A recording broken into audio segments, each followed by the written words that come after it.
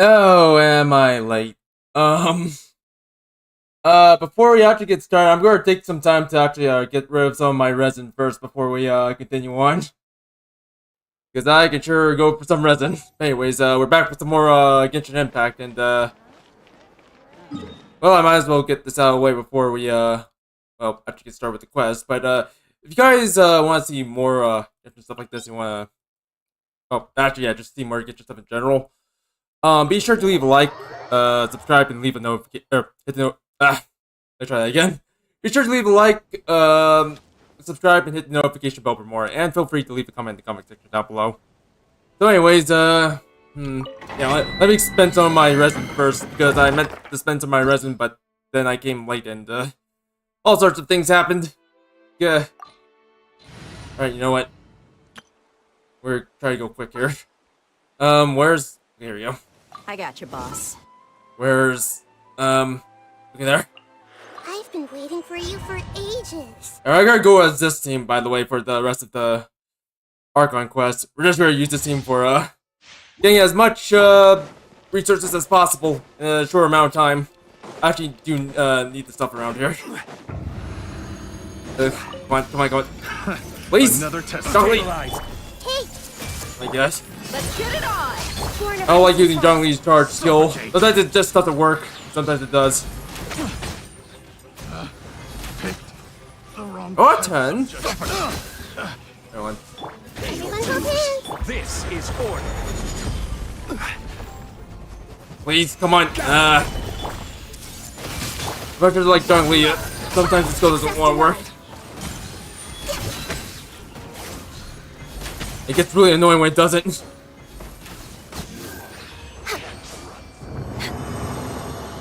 The woes of using charge skills. Sometimes he works, sometimes he doesn't. Or you know, he doesn't. Don't can't speak right now. I'm so flustered. Mostly because I had to get here pretty quickly. I was busy outside handling the leaves. I'm still not done with that. Look alive! Suffocate. God. Suffocate. Hate these plants. Enemies. So annoying. Gather. I hate them. Hey, Let's get it on! no touching. I probably should get gun use burst off as well. Just getting more damage. Prepare your soul. Oh, actually, no, never mind. I think he's almost dead. No escape you. Yep, he's dead. Run from death. Alright, I'll do like one more and then we'll get going. Also, I'm gonna have to use this material to, well, level myself up. Or level up my weapons. I've been using one of the event weapons for furina. So far it's kinda good, but I kinda wanna use the weapon for fontaine. From fontaine. The craftable one that is. I forgot its name, but just so that it's, come on, please. God. And when you can't switch. Actually, why is it like that? I wonder. Oh, actually, what am I doing? Oh my gosh. This is terrible. This is bad. This is what I don't like. Oh my god. Stupid. All this is stupid. I'm late. I want to get this out of the way. This is all stupid. This is literally wasting time. Just making for bad content. Look alive! Oh my god. Oh, Accept there, the please. Oh my god. This game sometimes just doesn't want you to switch characters. Like, why is it like that? Wait, if I don't switch characters, does the game crash or something? Or it didn't have that character switching mechanic. Game actually crashed or something. This is order. I don't know. I don't know why it has that mechanic. Buckle up! born of ice and frost. Alright. That's out of the way. Alright, I think we can continue. Ugh. That was terrible. Never again. Alright. Now we can continue. Jeez, that was painful. I meant to do that earlier, but I wasn't able to. I could just hold off on like doing or wasting my resin, but or rather spending my resin, not wasting it. But I figured that it's time, or I had to do that anyways. Yeah. My thoughts are all over the place, so sorry if I'm not making too much sense right now. I was expecting stuff like that to happen. But alas. Anyway, let's go into the Palais Memoria. And so I can catch a breather. Yikes. I literally can't speak today. Anyways, where is it? Where's Neverlet? I need to talk to him. So I can stop talking and catch a break. Come on. You're here, finally. Is something wrong? Monsieur Neverlet and Lady Furina, they seem to have gotten into a dispute. Please go see for yourself.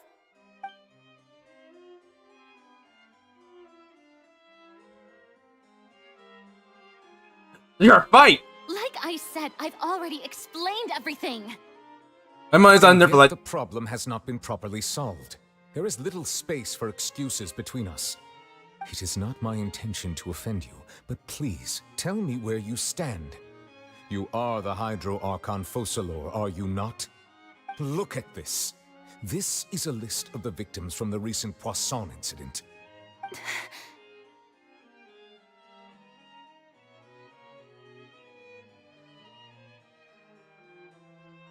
You mean they're all... They're the collective now.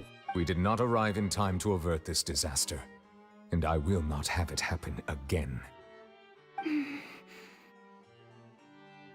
I will say this once more.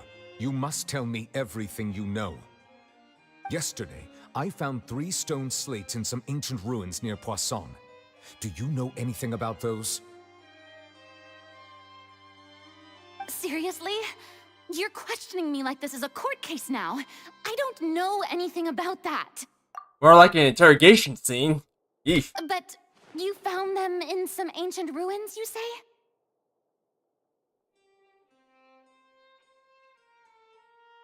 That's correct, which is why I came to ask you some questions. There should have been 4 slates, but one of them was missing. The other 3 featured different images that seemed to correlate to the prophecy.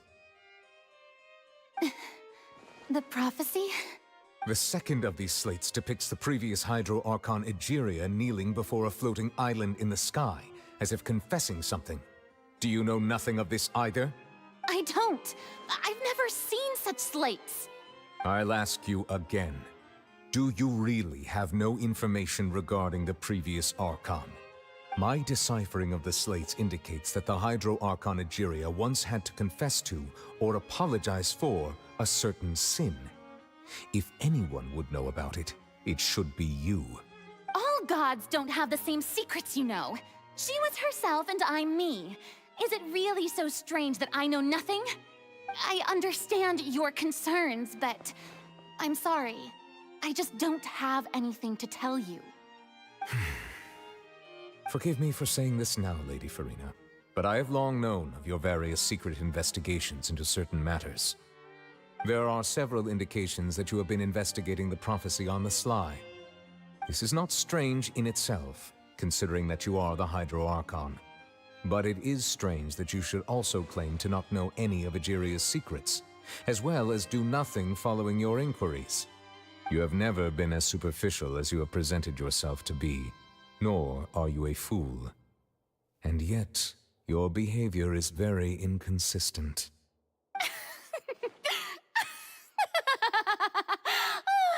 So you've been watching me all this time, have you?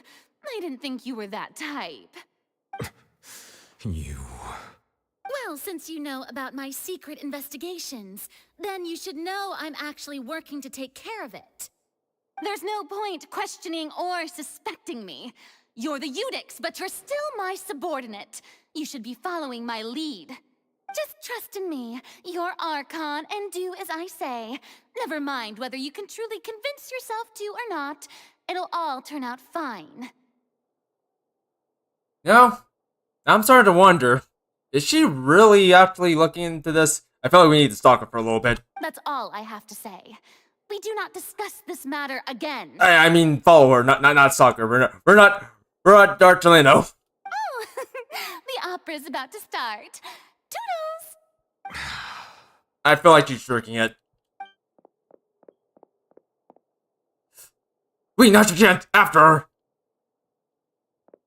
Go. Oh. Don't just stand there wide-eyed. Did Furina not notice us standing by the door? Wonder what's up with her. She was smiling. Huh. She didn't seem in the mood to care if we were listening in or not. You know what? She seems to be deliberately hiding something. Let's follow her. I assume you've been outside for a while now? Oh, you noticed. Seems Furina didn't even realize we were here. She was in a great panic, though I cannot discern the reason. Our discussion reached impasses time and again, a state of affairs that we cannot allow to continue. Still, I do not understand. Dialogue is the basis for understanding, so why did she keep refusing to engage?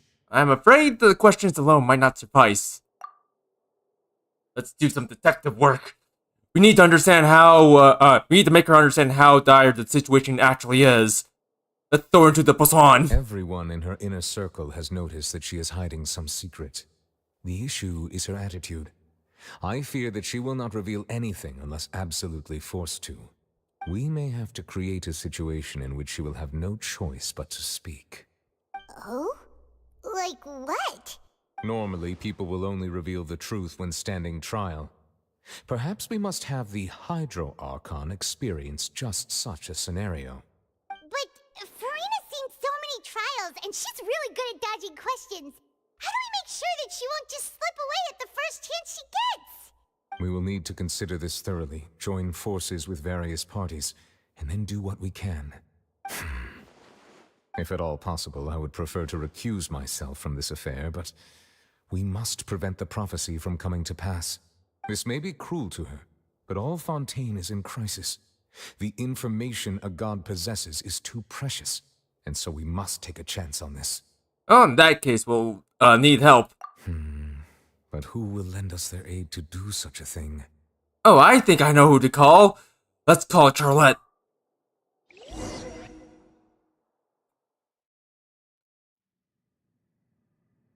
Yeah, Charlotte. Also, this thing is... There we go. Well, that's everyone, huh?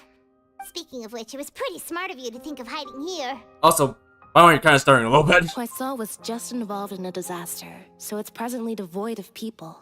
That naturally makes it the best choice. And here you are drinking tea like it's the most natural thing in the world, huh? That's what families should do. Sit and enjoy a leisurely time together. It's nice to enjoy tea here, you know? Care for a cup? Well, I guess we're bringing these two with us.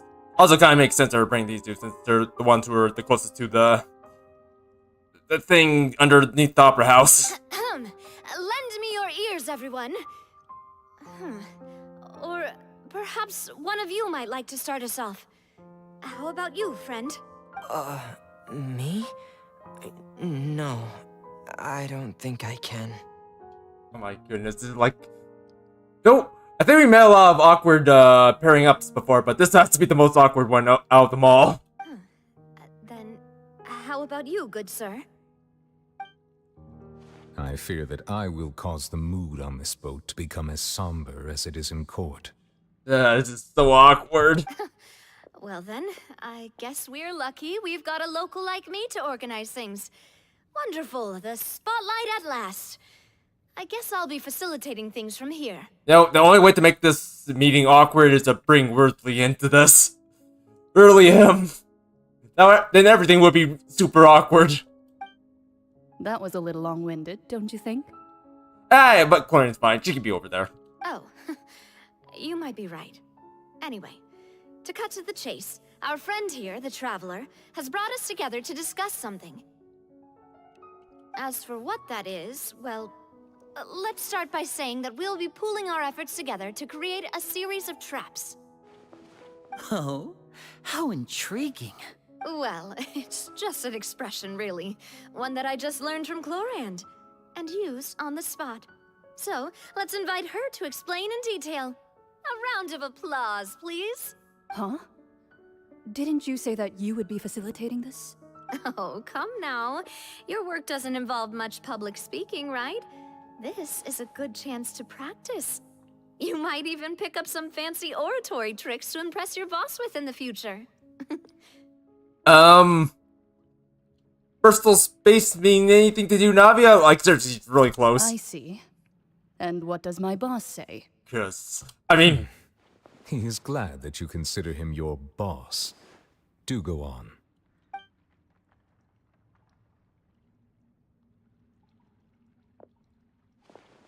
In that case, do any of you have experience hunting? Not that I recall. Fremine and I once used a wooden stick in a basket to catch wild rabbits when we were younger. As for Lynette, oh, right. You were sick that day, weren't you? I've also gone diving to catch some fish before. Does that count? I killed boars. I'm afraid not.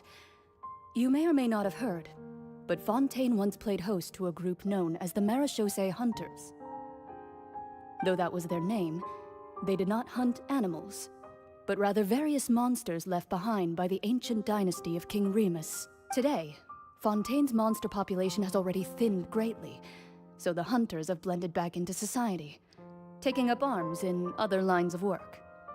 They even left a unique methodology of hunting in their wake. A trap comprises of the following components: bait, a trigger, and a containment device. Sometimes a lethal implement will also be necessary to deal with the prey. So, if we were to build a trap together, right now, what would you choose to build it with? Bombs. For me, I would prefer something basket-shaped. Pigeons and rabbits will see the bait and naturally enter the snare. I use the Klee tactic of bombs. Always effective. Just ask Klee. Our line of work requires a deft hand, and we're some of the best in the industry, so you can count on our techniques. You used some of those techniques while moving the people of Poisson, didn't you? My subordinates mentioned that you even performed some magic for the bawling children. Yes, and I even managed to gather some intelligence in the meantime.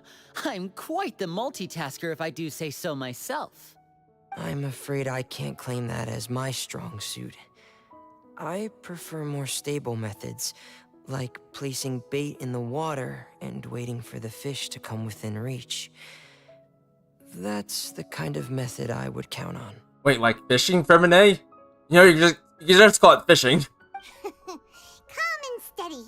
Exactly the kind of person who would catch loads of fish. And I can be their assistant. With discretion, I'm sure. I'd probably use some sort of mechanical animal. Papa once bought me some small clockwork squirrels, mice, and such. When placed in the forest, they can attract others of their kind. Huh. So she uses mecha. You know, this actually might give me an idea of what Navia's skills are going to be like. I don't think anyone's showing anything about Navia's skills yet, but I feel like it might have something to do with mecha, or use of mecha. If that's the case, then that's going to be interesting. I remember that you liked those too, didn't you? Like, I'm not quite sure if that's going to be the case with Navia, but I feel like that's where her skills are going to go towards.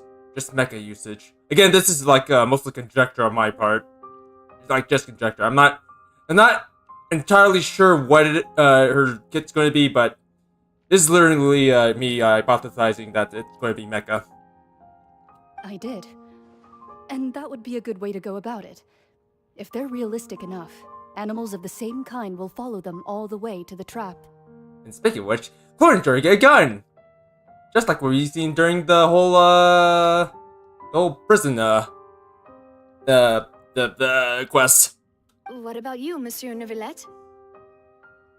He'd used water. Lots and lots of water.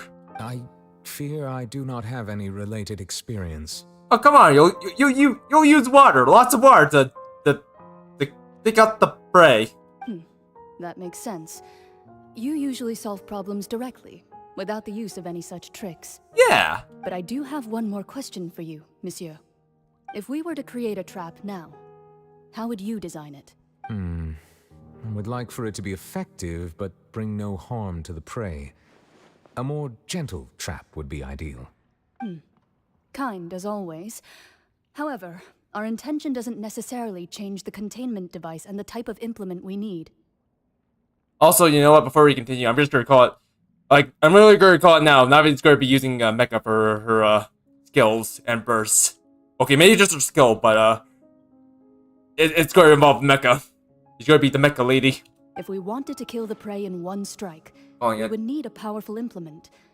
However, that also goes for prey that must be captured and safely contained. Wait, why is that?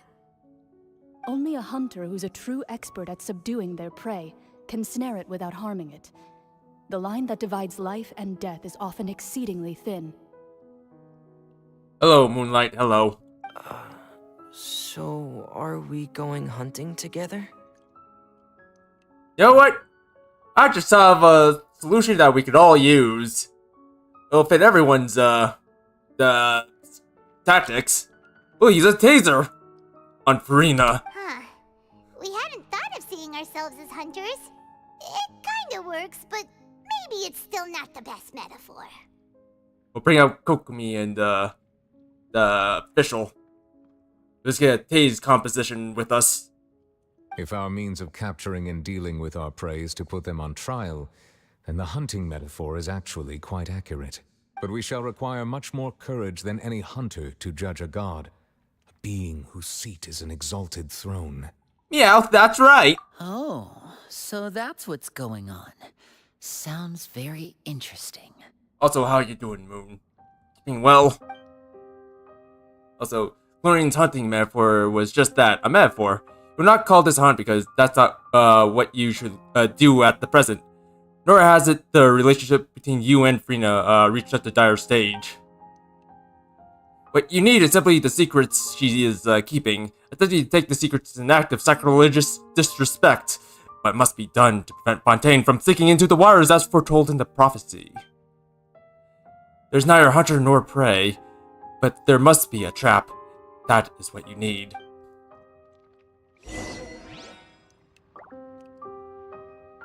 Can you believe it, Furina? You're gonna get caught.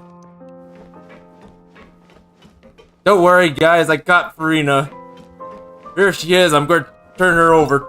And also, I gotta use this. There we go. Oh.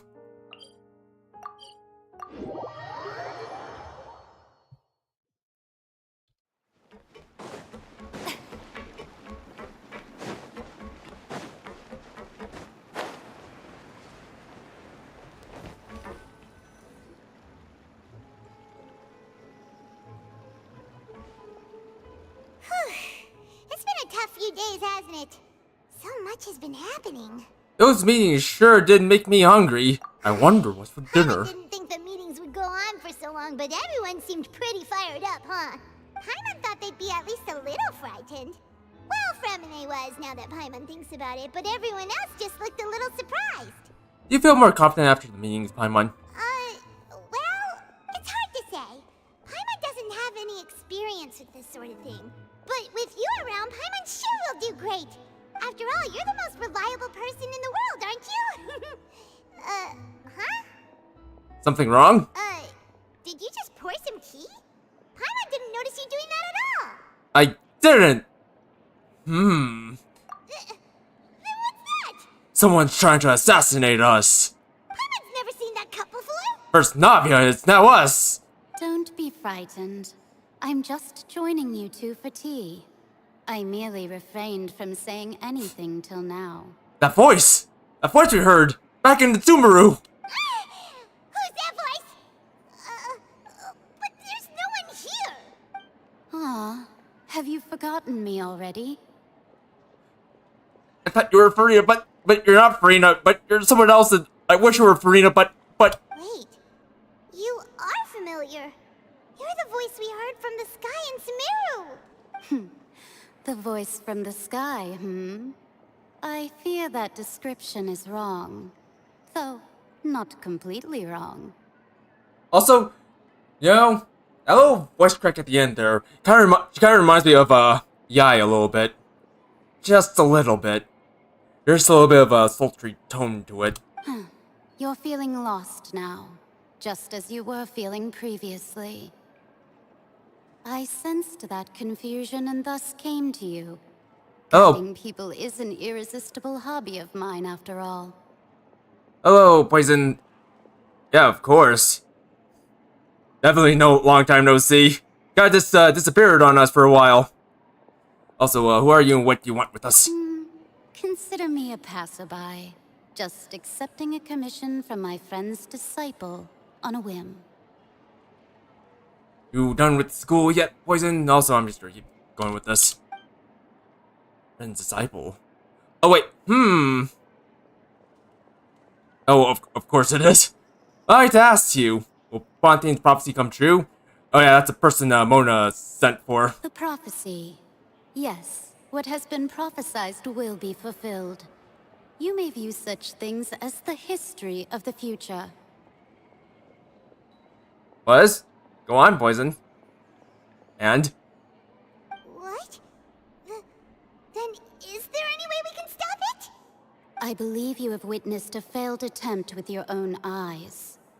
Can everything in Tevat so easily be changed? There it is again, fate. Ah, so you've caught on. Just as prophecies are usually only the future as seen from the perspectives of the gods, could things be happening in hidden corners where the gods' gaze does not fall? Are the things that you shall see different from the fate that the gods perceive? What is she talking about? It all sounds really impressive and important and stuff, but it also sounds kind of scary. I can't play my tablet, so I can't watch your live stream. Well, it's good to come back. Why, your tablet out of battery, or are you in trouble? The teacup isn't, just about gone. What? I believe that you understand, right? Some things are insignificant, but others you must reach out to change. Ultimately, fate shall serve as your only guide, no matter what will happen in Tevat's future. This was good tea, by the way. Thank you for your hospitality. Well, that'll be all for today. The voice. It's gone. Oh, I see. Let me guess. And this is me putting on my detective's hat now. You didn't do well on the exam, did you? Yes, Mei Jen, is this the clue you're leaving for us? I hope that's not the case because exams are very important. What? I want to hear someone talking. Alright, coming! You're getting more diligent, Paimon. Hey, it's you who's getting lazy, okay? Well, I see I've walked in on some lively banter. Mona! Also, how have you been these past few days? Fine, just fine. I went to take part in that Steambird panel. It turned out to be more interesting than I expected. Not all Fontainians are pessimistic about this. One journalist mentioned that sitting around and waiting for the end to come would be wrong, and that they should make their own rescue preparations. I agreed, so we had a brief chat with her. Did she have pink hair by any chance? Why, What? yes, it was Charlotte. You remember her, right? That daredevil journalist? I wasn't really paying attention. I thought she was talking about her master. I'm in full support of her view. Prophecies are very important, but how can people allow their lives to be commandeered by just a few words? That's right! Paimon's glad to hear something sensible for once. Ah, yes. About what we had discussed before. I did try, but I'm afraid I couldn't reach the old hag. I'll try again tonight, but I wouldn't get your hopes up.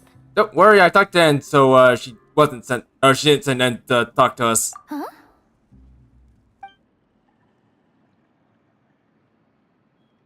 Goodness gracious. Are you serious? I believe he came to pass a message to us. She said that even the god's gaze has blind spots. Pretty bold if you ask Paimon. Most people would believe the gods to be all-knowing, right? The Hexen Circle members are certainly anything but ordinary.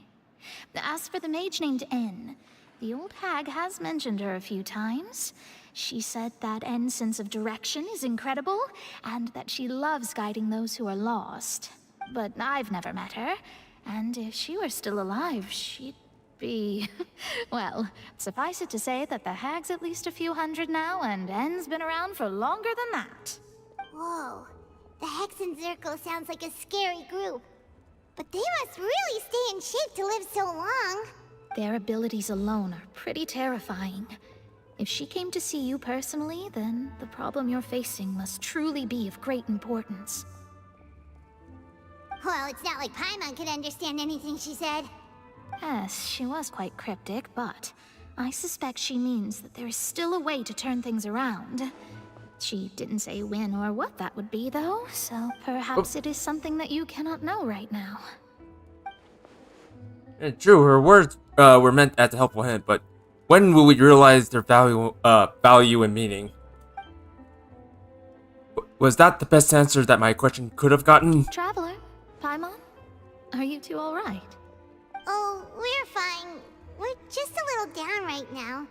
It kind of feels like the end is coming, you know? I see. I feel that same sense of desperation, too.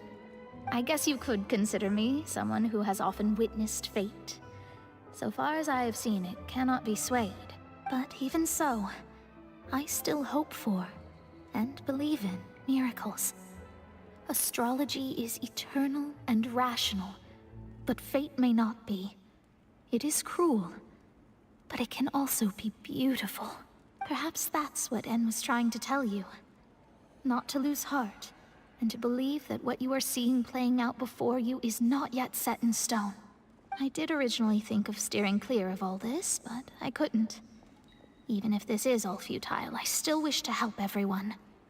If we don't struggle to the last, then how can we face the end when it comes? Huh. You do have a point. Words of wisdom there. There I go, talking about astrological principles again. Sorry about that. The moment I start talking about work-related stuff. I need to get going. Don't worry about it, Mona, and thank you. It was worth trying to comfort you, even if only a little. I believe that you'll help those who are struggling in the same way I did. I suppose that might be why we always seem to meet by coincidence. Paimon feels kind of moved by what Mona said. But also kind of sad, too. Hey, Traveler. Paimon suddenly feels like going outside for a walk. Let's go. Let's walk around the city, shall we? There's a few spots we always like to walk by. You know, speaking of Fate, I'm not sure if you guys ever played this game, but there's a game out there called Xenoblade Chronicles. And the main theme of that game is focused around fate. But the whole point of it is not just accepting fate, but more like changing it to something that's more acceptable for the characters. And you know what? I kinda wish Joke was here to help us, but he's not here. Darn. But if anything, I think Joke will be kind of an OP character in this game. Like, there's a lot of things that guy can do. Lots and lots of things. Changing the future is one of them. Thanks to the power of visions. Also, I'm not sure if I'm going the right way. I think I'm going the right way. You know what? Just teleport out of here. This ain't working. Xenoblade Chronicles. Such an old game, but a very good game. Very good game to play. If you guys got like a Switch or something, I actually do recommend playing that game. It's actually really, really good. Also has some of the best JRPG mechanics I've ever seen in a game. Or, oh, not the best, but the most unique. Huh?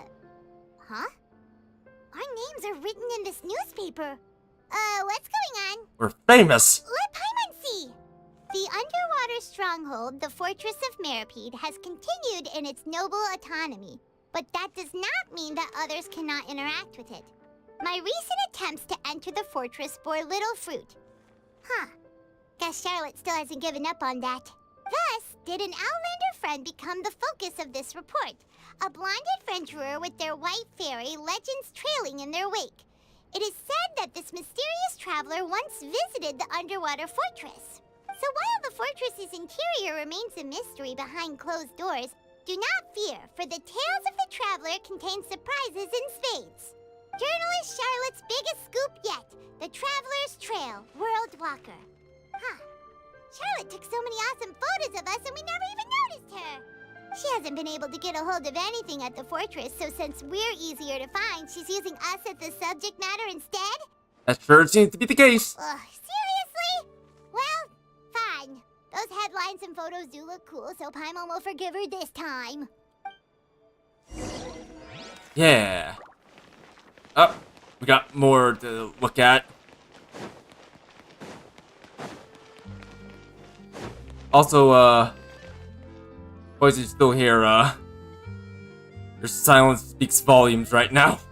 We're here! Paimon's hungry. Should we go in and get something to eat? It's telling me you probably screwed up. The only advice I can give you right now, Poison, is, well, try to do better next time. If you actually did fail the, exam. And if you didn't, then, well, don't stop. Hey, quick! What you're doing. That's the limited edition, only 16 slices a day cake!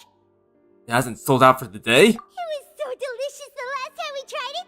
Despite the tense situation we were in, let's give it another go. Paimon's sure it'll be great. We can't let anyone get ahead of us. One slice of cake, please. Darn. Someone showed up after all. Oh, wait, you're the one from the Palais Mermonia. Oh, are you here to buy cake too? It seems Monsieur Nervalette was right. You really can eat. Wait, did he really say something like that? That's right. Even he has his own preferences when it comes to food. As for me, I love the cake and coffee here. Do you come here often? Usually every day. Every day? It's part of my daily schedule, apart from work. I shall have my cake and coffee.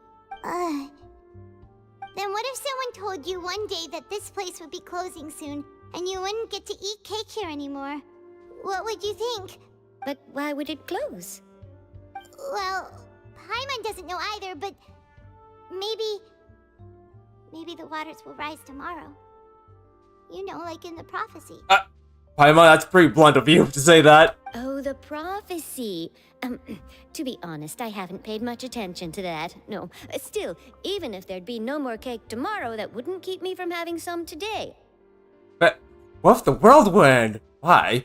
Because I messed that one up. What if we can't eat cake tomorrow? Why? Because the world will end. Oh well, time to have some more cake. No, it's the same for eating in general. You might not be able to eat tomorrow, but if you can do so today, then you should carry on. That's what people call living, you know. Huh. Basically, she's saying live life in the moment. You too. Don't be sad. Excuse me, could I have 2 more slices of cake to go? These 2 slices are for you. Sijuin said that this kind of expression you're making is what humans call being sad. Oh, you know Sijuin? I sure do. She was born before me, and she sometimes comes to the surface to teach us things about humans. She said that humans are creatures that are saddened easily, yes, and you can only lift their spirits by feeding them delicious food. So please try the cakes here. I've got something else to do, so I'll be going now. You two try to stay in a good mood after eating, all right? Bye.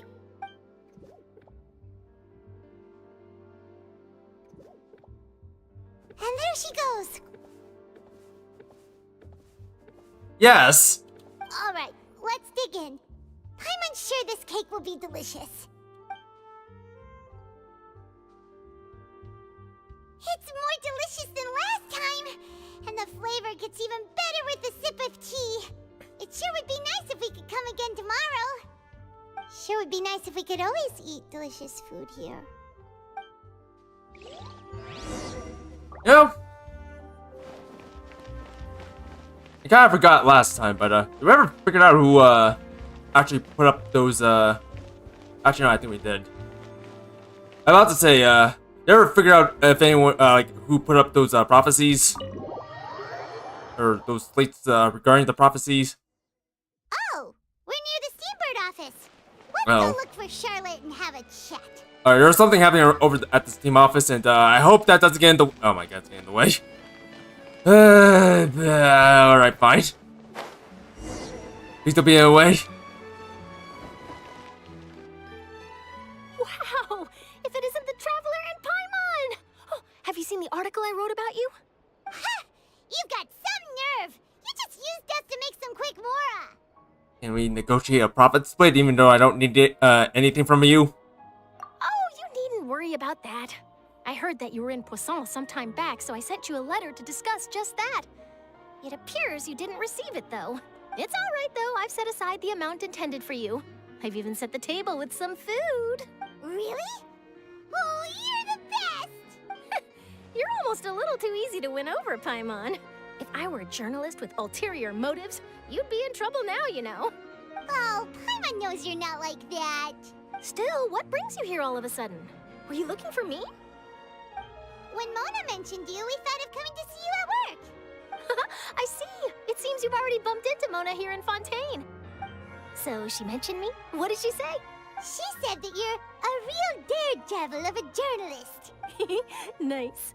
In which case, can this daredevil journalist dare to request an exclusive interview with the legendary traveler and Paimon?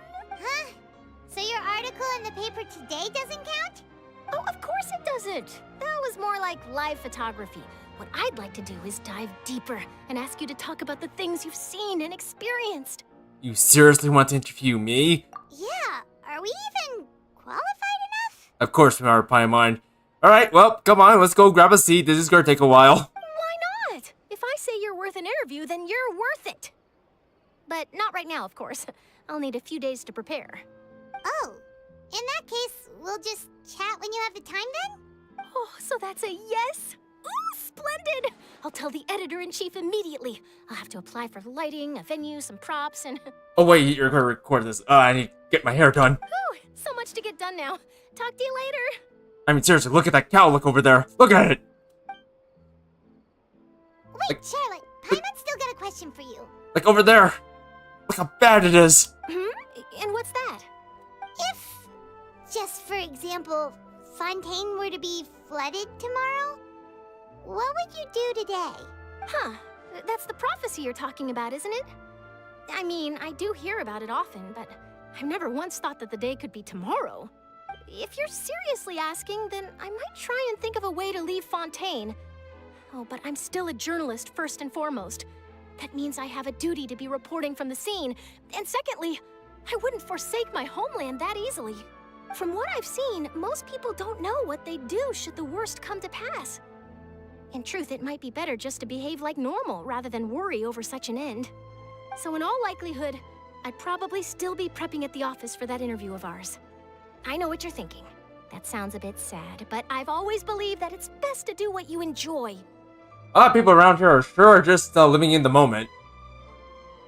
No, if an event like that was were to happen to me personally, I'd probably do what I can to actually prepare for it. Just to have some peace of mind. Other than that, I'd personally just keep living my life. Just think about it. If this nation really were to be suddenly destroyed tomorrow, but I still successfully finish an exclusive interview with a truly unique person, then the story I would wind up writing would truly be timeless. Actually, continuing what I said, like, better to, hold out for as long as you can, rather than just, well, accept it. Like, as for myself, I'm kind of a fighter when it comes to these kinds of things. Just a little bit. Oh, granted, apart from that, yeah, I'd probably be, doing what Charlie would be doing. Just continue living my life. And then do you know what I'd do? Well, I'd write that story, send it for printing, and use messenger pigeons to get copies out to the various nations as soon as possible. Yeah, also, plus again, it'd probably, make it a little bit more, well, it would give me a little bit more of a peace of mind, knowing that I'm prepared for whatever comes next. I'm not a dreamer, nor am I a workaholic, but I do love my job, and I'd be proud of leaving such an article behind. I guess you could say that I was born to be a journalist. But anyway, that's my answer. And on that note, I'll get back to my preparations. That's so nice. All of a sudden, Paimon actually kinda envies her. Anyway, let's go and take a look at the sea, shall we? Yeah, if anything, I'm kind of the person who's, or like, actually, I need to hold off here, just in case there's dialogue. The sea breeze and scenery can be a pretty soothing combo, huh? Called it. As I was going to say, I'm that kind of person who's, all this, how would say it, You follow this. I'm the type of person who follows this train of thinking. Better to have it than not need it, and need it, but not have it. I'm that kind of person. Paimon's been thinking. Yes. If it wasn't Fontaine, but all of Tevat that would be destroyed tomorrow, where would we go and what would we do?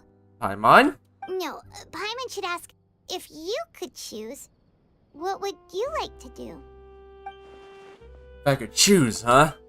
Oh, it's just like Charlotte said. Suddenly trying to consider what to do is pointless. We've always been moving to the next destination, so we haven't spent much time thinking about these kinds of things. We didn't have to either, with us always being on the road and whatnot. Until that moment comes, I think I'll keep journeying on. Or continue to journey on. Either one. But you know what? I kinda like that mindset. I like that. You mean, still traveling? Yes, and cherishing every single moment that I have to look upon this world. Yep, I definitely like that mindset. I know I don't think Lumine liked it too much. Huh. Wait, isn't that what we've always been doing? Yes. Barry goes back and forth between the two of you as time slips by. As night falls, you return to your accommodations and end this busy day. Next few days are just as calm. Charlotte comes to find you and conducts the interview in the Spina di Rosula safe house at the Fleury that thing. Navia, having finished her business in Poisson, even drops by to take a photo with the two of you. All goes well. Yeah, I probably take the time to prepare for things and then just take it easy. Feels like you'll grow mold if you stay here long enough. Also. Oh wait, alright, she said, right? Better than the Fortress of Mirapede, that's for sure. It's not only damp there, but salty too. Ah, so the two of you are still here. Wonderful. Oh, you're from the Palais Mermonia, aren't you? Yes, I'm Isadora. Monsieur Nervillet sent me to look for you two before. I heard that afterward you went to the Fortress of Meropide. So are you under the impression that we might be wanted criminals? Not at all. I'm well aware that you're friends of his.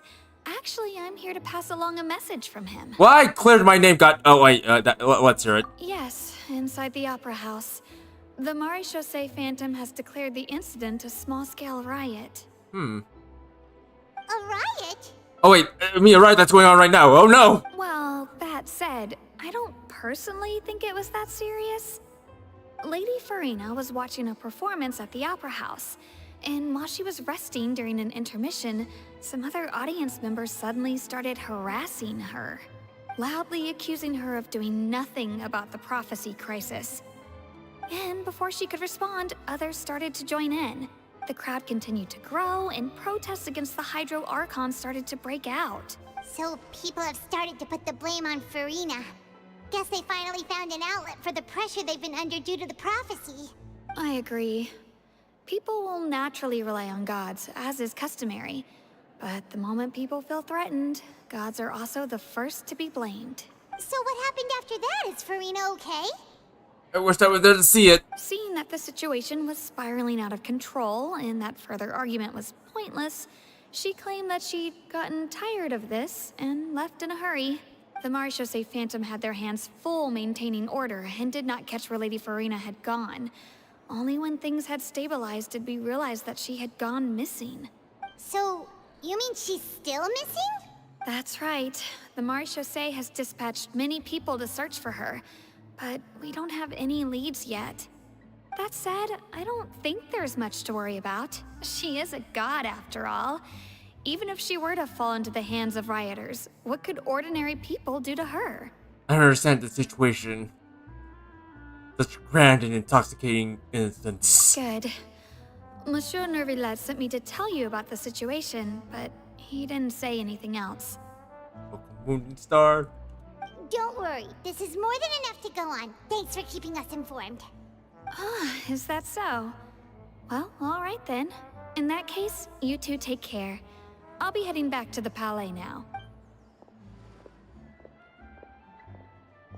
Well, sounds like we should hurry over to Poisson then. You sure caught on quickly. If we know Furina, she won't try to fix things in this situation. Instead, she'll look for a place to wait out the heat. And as we also know, she may be loud and dramatic, but she doesn't have a heart of stone. When Nervalet was talking to her in the Palais Mermonia, and she heard about Poisson, she couldn't hide her sadness and remorse. It would be hard for her to ignore being accused by the public today. Paimon thinks Furina's probably taken the opportunity to slip away to Poisson and try to relieve the sense of guilt that she's feeling. Huh. Well, what do you think? Paimon knows the answer, of course, but Paimon can do the analysis to back it up, too. I see becoming a detective's done you some good. In that case, there's not a moment to lose. Poisson, here we come! Yeah. Also, a wrestling table. I mean, arm wrestling table. Or some torture device, who knows. Anyway, let's go to the Poisson. That torturing device that stretches you. This place looks deserted. Guess all the survivors must have evacuated already. All that's left here are signs of devastation. Could Furina really be here? Let's try to find her as soon as possible. Don't forget the annihilation, Paimon. Never forget the annihilation. I almost threw myself to my death. I think I'll go this way. Oh, I don't want the motor to fall out of the sky.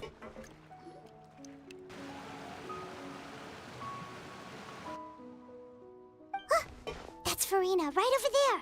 Shush! She really is here all on her own. Stay quiet for now. Should I just give up?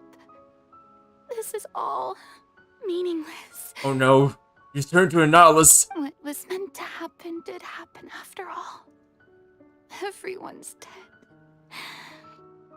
I'm sorry. I am so sorry. Give up, Furina. There's no point in holding out. I'm sorry. But what can I even do other than to repeat meaningless apologies over and over? Furina! Who's that? Hi. Furina, it's just us. Hi. Hello. So it is you, blonde traveler from another land. Why, I almost thought you were someone from that mob of my ignorant subjects. Come to kneel and beg for my forgiveness. I didn't even mention that, but you wanna talk? Furina, you were crying just now, weren't you? The tear stains on your face are obvious. Yeah, I didn't mention anything about a riot. What do you mean, tear stains? Oh, I remember. The show at the Opera House earlier this morning was so moving. I'm still trying to process it. Yes, that's just like how we're trying to process that taco over there. Taco nachos. Who did that uncivilized rabble think they were, disturbing my enjoyment of the arts? They even dare to tout their Archon. I must teach them a lesson. I can just imagine their twisted and frustrated faces once they realize that I'm nowhere to be found. Oh, and I'm sure Nouvellette and those people from the Maréchaussée Phantom are freaking out right next to them, too.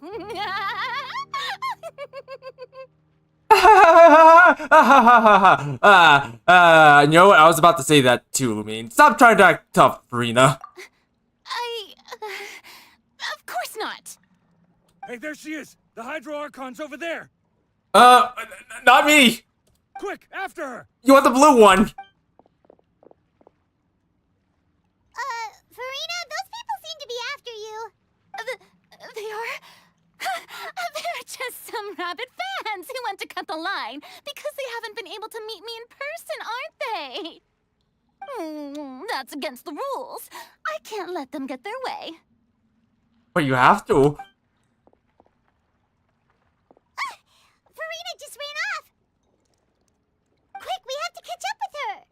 Have it your way, then.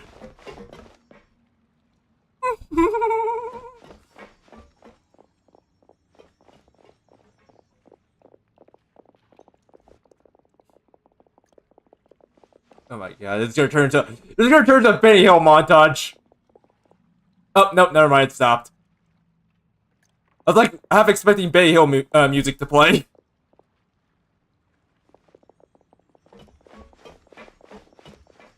This should be the place, right? Hey, Furina! There's a good hiding spot over here. Quick, come to Paimon before the rest of them catch up to you. Hello, Pain. How you been? We're just watching a Benny Hill chase play out. What is this place? You literally just missed it. Hurry, they're almost here. Fine. I suppose haste is warranted. Lead the way. Yeah, good. How many folds? I'm curious.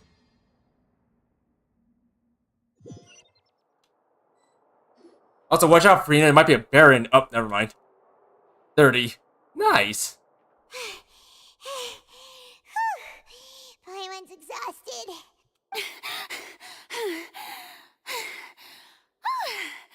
I'm so tired. I totally thought they had caught me. Were you on your guarantee, Pain? Were you? No, I merely gave in to the sheer enthusiasm they displayed.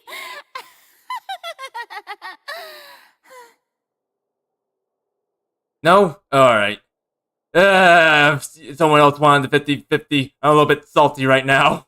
Because I didn't win my 50-50. Well, I'm still happy for you anyways, but yeah.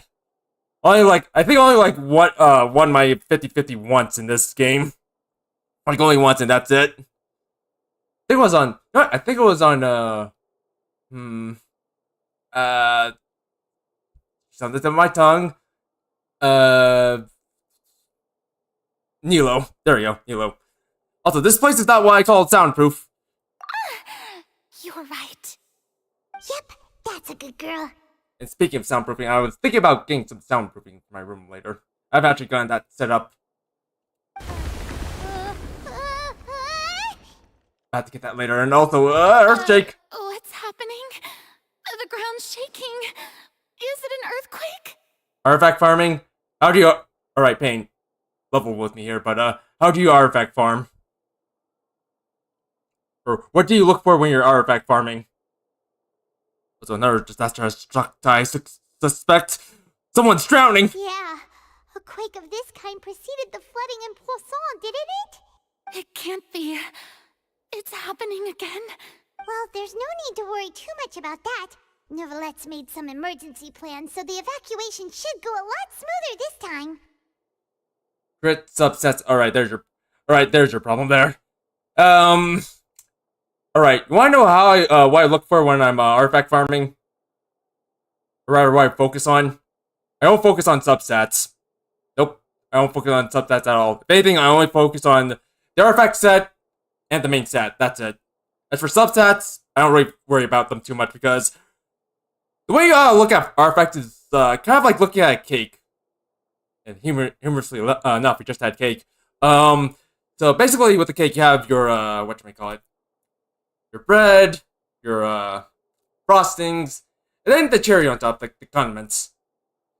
So think of the artifact set as sort of your bread. That's kind of like your foundation for your character. And after that, the main sets are essentially your frosting. So you want those two to have a good cake. But as for the subsets, you don't necessarily need them. If anything, they're kind of just the optional thing. Like, you're trying to min-max, and I can understand where you're coming from, but you're just kind of like playing this on the, well, on the ease. Don't worry about substats too much. Have a much easier time with this game if you don't worry about substats too much. I try to go for substats if you want, but don't worry about it too much. That's usually how I play this game. Or how I usually farm artifacts. Just artifact set and main stat. Substats, well, if I get crit, damage or rate, that's cool. But if not, then not the end of the world. I see. Well, try not to let it get to you. Like, if it comes for you, it comes for you. But if it doesn't, don't let it get to you. It's not the end of the world if you don't get the right substats. They'll come to you in time. Just take things slow and easy. it's gonna be a while before this game finally part ways with us. But for now, it's gonna be like a really long while. So you have plenty of time to get what you need. Like the pain, I can see that, but again, don't let it get to you. Like, sometimes pain is good, but don't try to overwhelm yourself, is what I'm trying to say. There's a lot of stressful things going on in the world, and things like artifacts, it shouldn't be the thing that gets to you. But anyways, let's continue with the story. Yeah, I hope you're right. And besides... But the people of Poisson, they've already... And besides, you know what? We're already having trouble with getting main sets anyway, so there is that. It's already plenty of enough pain. Also, has Furina finally reached her limit? Now she's talking about her actual feelings. She's starting to feel, starting to look far less stiff. She's turning into a noodle. You have to talk among yourselves as Furina slowly calms down. True. I've been investigating the prophecy for hundreds of years. I once had informants all over Tevat, searching for clues and feeding information back to me. I've tried all kinds of ways, too, to hold back the sea. Anything to keep the coastline from advancing. But all my efforts proved to be futile in the end. Really, the truth has been clear to me for a very long time. We cannot make an enemy of the divine. No matter what we do, the will of the heavenly principles will have its way, and the prophecy shall be fulfilled. But even then, you still haven't given up, right? Give up. I do love the sound of that phrase. It would mean finally coming to terms with fate, but also for me to finally be free. But that would mean that all hope would disappear. Indeed. I've thought about giving up so many times, especially after we almost lost Poisson. Fate is really unreasonable, isn't it? It has no heart and obeys no rules. The prophecy has only just started to come true, and so many people have already lost their lives. But just now, it all became clear to me. I still don't have the right to come to terms with fate on behalf of everyone else. As long as the final moment hasn't come, it's still not too late. Don't worry. I will keep hope alive for everyone until the very end. Well, that's enough for now. I got the impulse to play the stricken maiden, but honestly, considering my rank and station, that wasn't a good fit at all. How about your way, then? Oh, gosh. That's what I think whenever I think of Furina. Whenever she does that laugh. If you're wondering where that's from Resident Evil, Code Veronica. God dang it, Alfred. You'll always be stuck in my mind forever. You crazy villain, you. I wonder how Archons come to be. When I would love to learn how, and I know we just got the Hydro one, but I really want the my Cryo and Pyro Archon already. That's gonna be a while. You know what? Alright, I don't know too much about Honkai Impact, but I feel like the Cryo Archon's gonna look a lot like Bronya. Like, I've seen pictures of Bronya before, and I feel like she's gonna look like her in some shape or form. Yeah, me too. I love the Resident Evil games as well. Though Code Veronica, you know, I wish Code Veronica got a remake. That's the one game that I want to have a remake. But instead we got like Resident Evil 4, which I have a bit of mixed feelings about. If anything, I feel like it should have been Code Veronica, because if there's any game that needs a facelift, it's probably that one. But then again, it's not the most popular game, so it's understandable why nobody chooses it. Or Capcom didn't choose it. Don't take any of what I just said seriously. How could I possibly let Fontaine fall to the whims of trivial prophecy? Come on! Paimon could have sworn you were actually being honest just now. Sworn? Oh, very well then. BK, have it your way, motherfucker!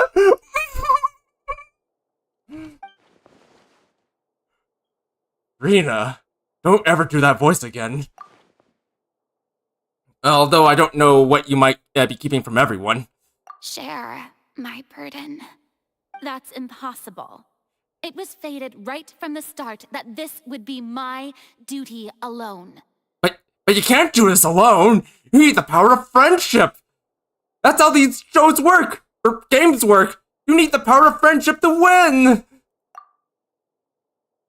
Just share it with me. I'm what you called a witness and a friend! A witness? Yes. I've heard that you came to Tevat from beyond the stars, yes. In other words, you never belonged here. And if Tevat is, in its entirety, a show on a stage, then you're just a spectator, aren't you? If that's the case... There's no time left, please. Rena, just spit it out. Oh, important cutscene.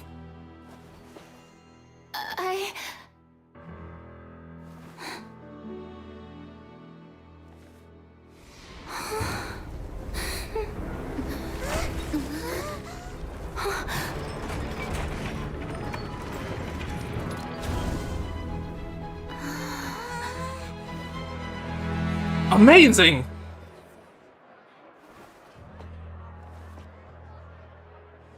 You roped us into this! Lenny, did use rope, right? To drag us here? Ladies and gentlemen, this concludes my opening performance. Now, without further ado, we may proceed to the trial of our god. So this is what it is. Yes, you deserve praise for the effort you took to raise the dramatic stakes.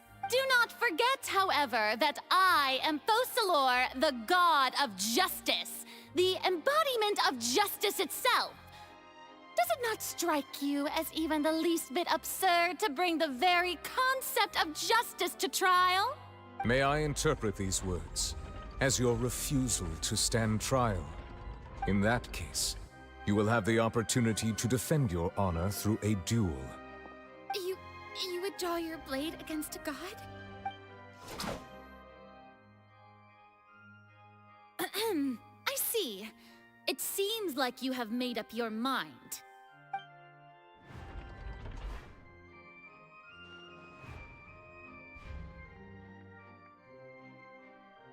Paimon can't believe it. She just surrendered. What the heck is going on? Did I just see an Archon surrender to a human? Wow, how utterly humiliating. Lady Furina, what is the meaning of this? Shh! It would seem that there has been a misunderstanding.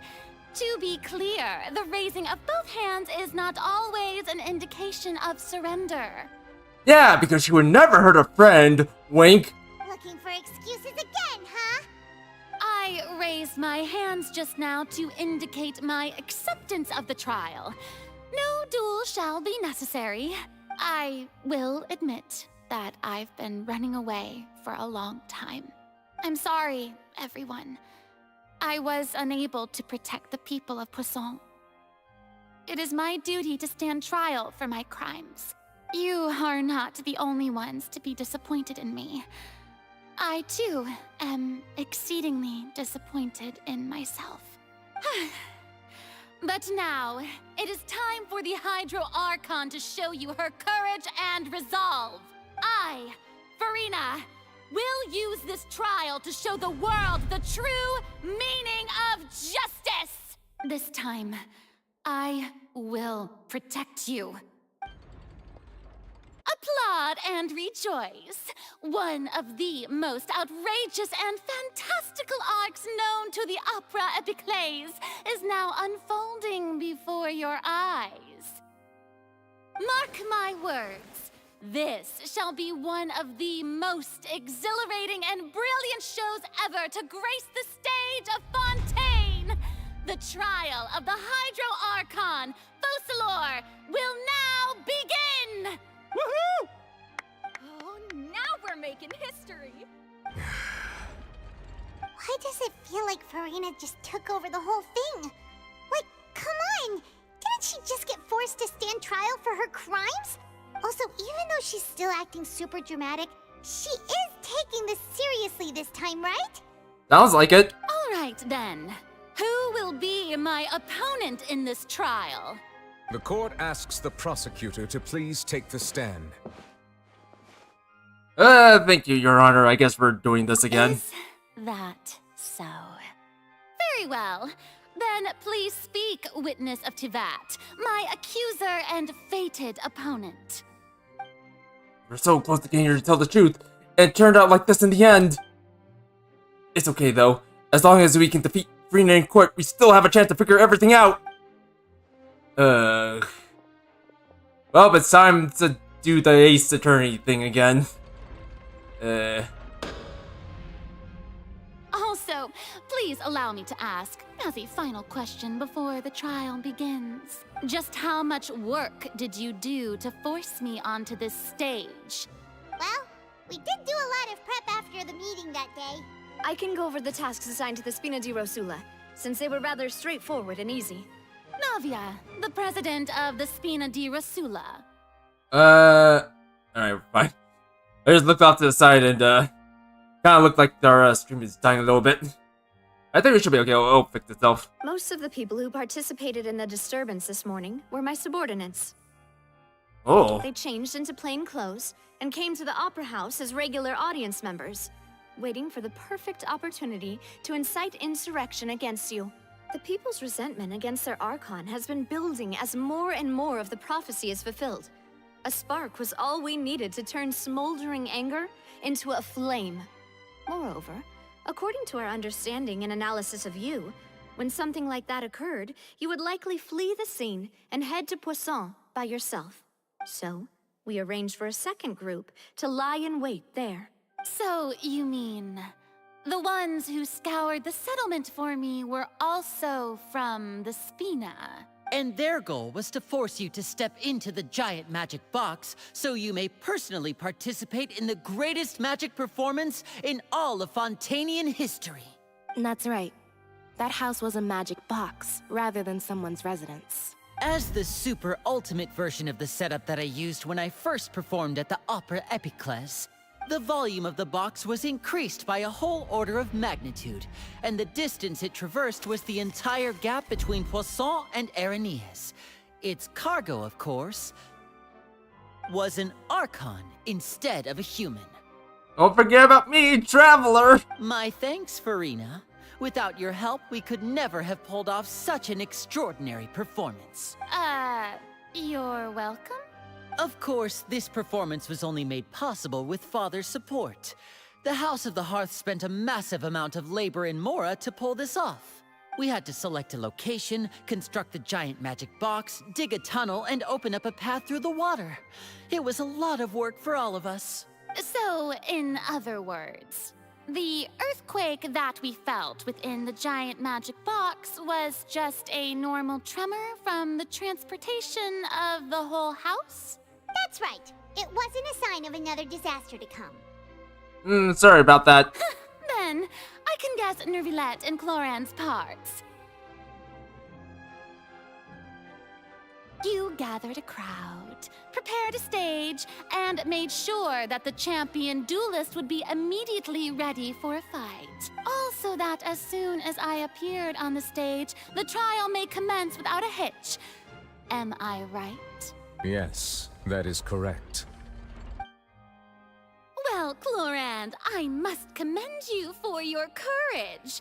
Only the most outstanding champion duelist in all of Fontaine would accept a duel with an Archon without flinching. Thank you. As for you, Traveler, I suppose your role was to keep me distracted with conversation once you found me in Poisson. You'd make sure that I didn't notice anything amiss before revealing yourself as my prosecutor once we'd arrived onto the stage. No, you guessed wrong. Oh? My mission was to give you one last chance. We hope you shared our secret with us before the magic box arrived onto the stage. Is that so? Then I suppose I must have missed my final chance. It's fine. It matters not. What's done is done. The stage is already set, so there's no reason to disappoint the audience. Let's see this trial through to the very end. Yeah, the only thing we can do now is to judge the Hydro Archon. Hey. So I can't help but be a little bothered by that conversation earlier. What did Furina want to say to me right before we arrived on the stage? Madam Prosecutor, please allow me to pass this along. Esmond, you beautiful SOB. Please help. This is a document that Miss Charlotte applied for and received permission to share with you during the trial. According to her, it should speed up the proceedings. Oh. Huh?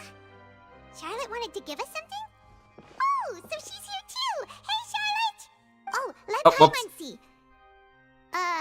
Isn't this the exclusive interview that she did with us before? So she's already finished it, huh?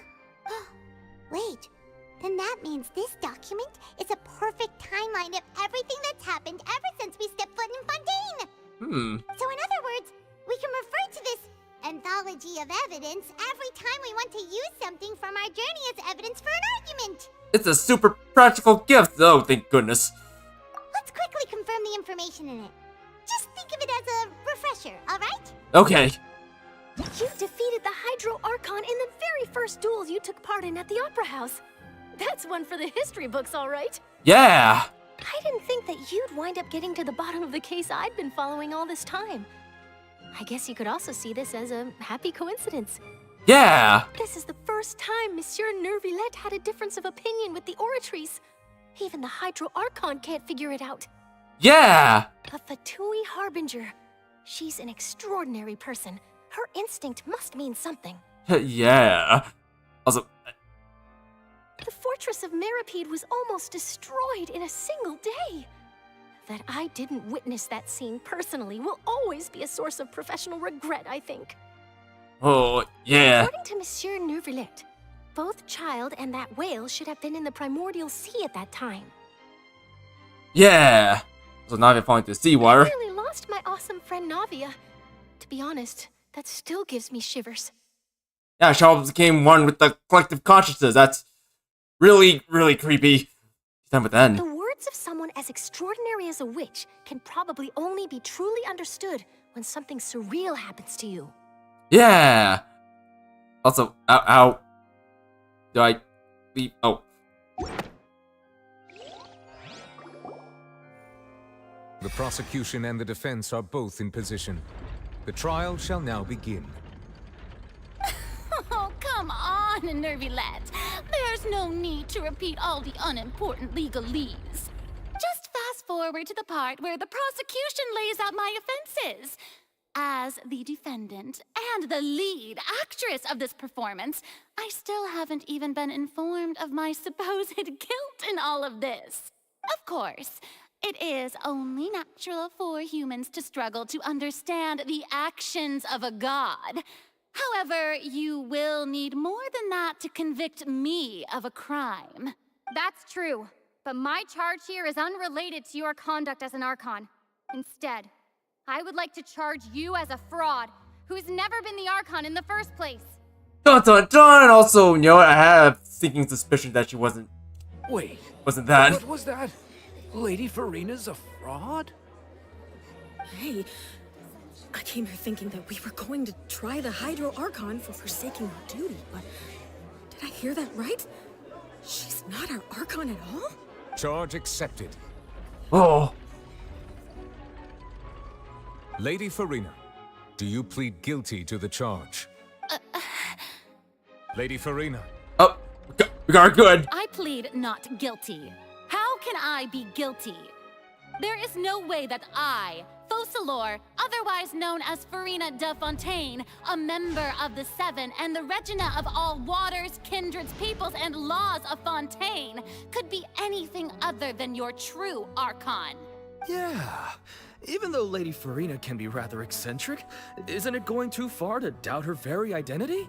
Yeah, I've never questioned her identity either.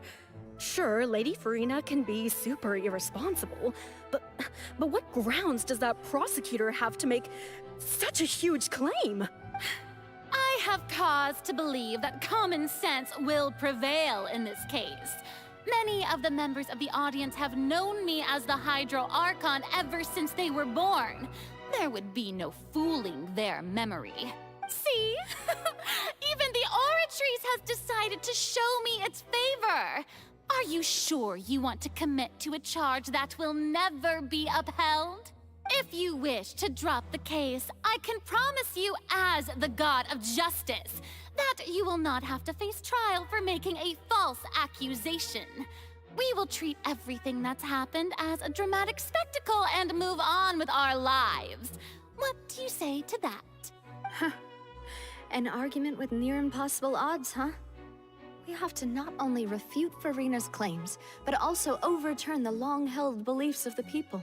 The people only see you as their Archon, because that's their long-held belief. Well, also, yeah, later for a while, thing. Surrender. If you must persist, then let me ask. If you believe I'm not the Archon, then what manner of being do you think I am? And if I was not the Archon, then how did I manage to live for over 500 years? I got to think carefully. What do we know, to be special about Furina exactly? Alright, let's see. Lee's attorney. On the dream. Wait. Just leave me on there. Later just pointed me to this. Wait, hold on, just to make sure. Oh wait, okay, these are relevant. Alright. That's so hard to... That's really hard to look at. Like, seriously, that's so hard to look at. Alright, well anyways. Put it on Cho's conviction, so I assume it'd be this. Though Nervalet believed that Cho to be innocent, the Oratrice judged him guilty, as guilty in the end. And even Furina didn't know why. I think it's this one. It has to be this one, because she didn't know why. Please. That doesn't sound right. Really? Paimon doesn't think this clue can be used as compelling Ah. evidence to build our case. Alright. It's not that one. Alright, hold on.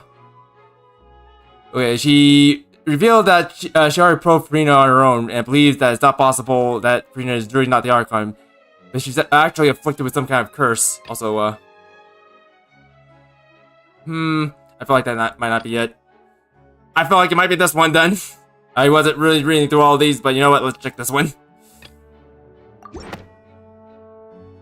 First of all, you may be a member of another long-lived race, which would allow you to naturally possess an extended lifespan. And second of all, even if that wasn't the case, there could be other ways to extend your life. Such as the curse! Who gave you that idea? Was it the knave? You'd sink so low as to use a harbinger's words against me. It doesn't matter who gave us the information. What matters is the veracity of the claim! A curse? I once thought it possible that the aura of an Archon might naturally resemble a type of curse. But in light of this claim, perhaps what I sensed was not your divinity, but a curse after all. You sensed it too, huh, Nervalet? So, Furina, instead of an Archon, could you just be a cursed human? Lady Furina is actually a human? Well, it is true that it's extremely difficult to tell humans and gods apart just by looking at them. It's not impossible.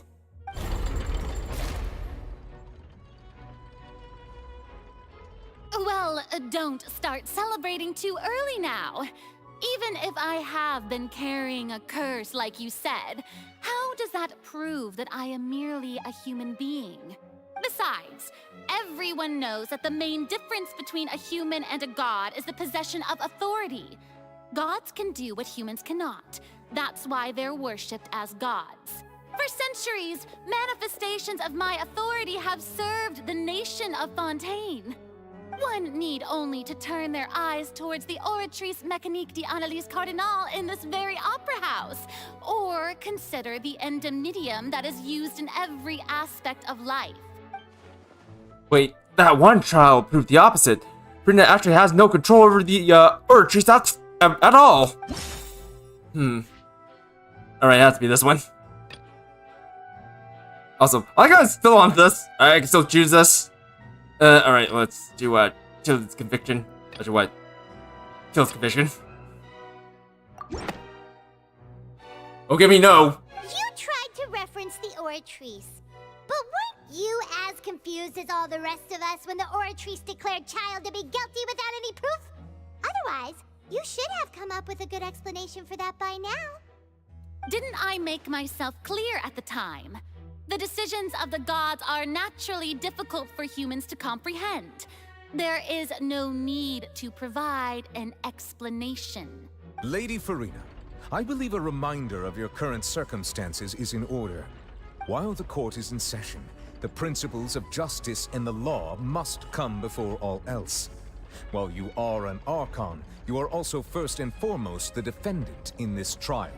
You will prove yourself unable to defend against the prosecution's charges if you continue to withhold vital information against the rules of the court. I never thought you'd use that kind of rhetoric against me. That was no trick of rhetoric, Lady Furina. I've merely reiterated the rules of the court. Rules that all should respect and follow. So, you neither knew why Child was declared guilty, nor did you understand the structure and operations of the Oratrice. Instead of having been created by you, the manifestations of authority you mentioned have been made by the real Hydro Archon, haven't they? The real Hydro Archon? Well, now you're really losing me. It is true that I did not know why the Oratrice gave out a guilty verdict that day. But the Oratrice handed out that verdict unilaterally, and it has been operating independently ever since it was first created.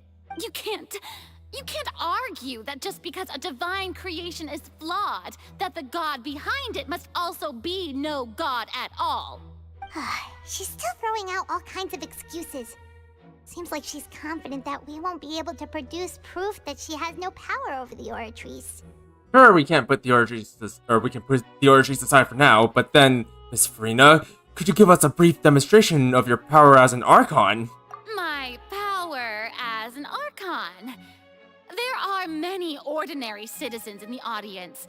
How can I just carelessly demonstrate the formidable power of an Archon? If that poses a concern, I'm prepared to extend my protection to the audience. You don't need to go that far. Yeah, brief demonstration of your power over Hydro should be quite harmless to everyone else, not to you. Surely an Archon can at least match the capabilities of a human with a vision. Aren't you the Hydro Archon? Or is it that you can't even wield the power of Hydro, much less the authority of a god? Indemnitium! Yes! It's all because of Indemnitium! All Archons derive their power from the faith of the people, and I've converted the people's faith in justice into Indemnitium! What? Thus did I give up all of my divine power to provide everyone with energy for their daily lives. Have you ever seen a more magnanimous god? Isn't that a huge stretch? Yeah, no matter how generous an Archon can be, how could they give up all their power? Can a god with no power even still be called a god? Gotcha there. It seems like nobody's buying Furina's excuse. Yeah, neither am I. Hey, come now, everyone. Please don't stare at me as if I was a liar. I'm still the same Furina you knew, right? The one that you loved. Shouldn't you want to believe in me? Please? You've got to believe me. If what the prosecutor said is true, she really has committed a grave offense. Did she deceive all of us? And all of our parents and grandparents too? And all of our ancestors? Ever since they were born? Enough! That's enough. Tell me then, if I'm not the real Hydro Archon, then who is? If you have no evidence of another Hydro Archon's existence, nor can you find anyone who can back up their claim to be such, then what grounds have you to say that I'm not actually the real deal? Wow, she came up with yet another argument. How can we refute her now? Seems like she really doesn't want to give up. Can't prove that she isn't the Archon. You can try to prove that she's human. Just a human. And if she's only a human. Only a human? Alright, let's see. Ooh, lots of options here. Alright, we can't choose any of these. Because we already went through them. Well, in a dream. You know, if falling into seawater, I feel like that's not gonna see interest of proceed. That's. I probably should be able to choose those things. Over the years, Patrick kidnapped and dissolved many young girls for his experiment to try to find a way to bring his dead, back his dead wife, who has been dissolved.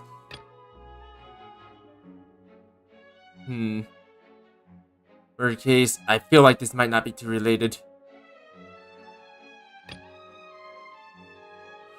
I feel like this might be a little bit dangerous. Yeah, I'm not sure if I should choose that.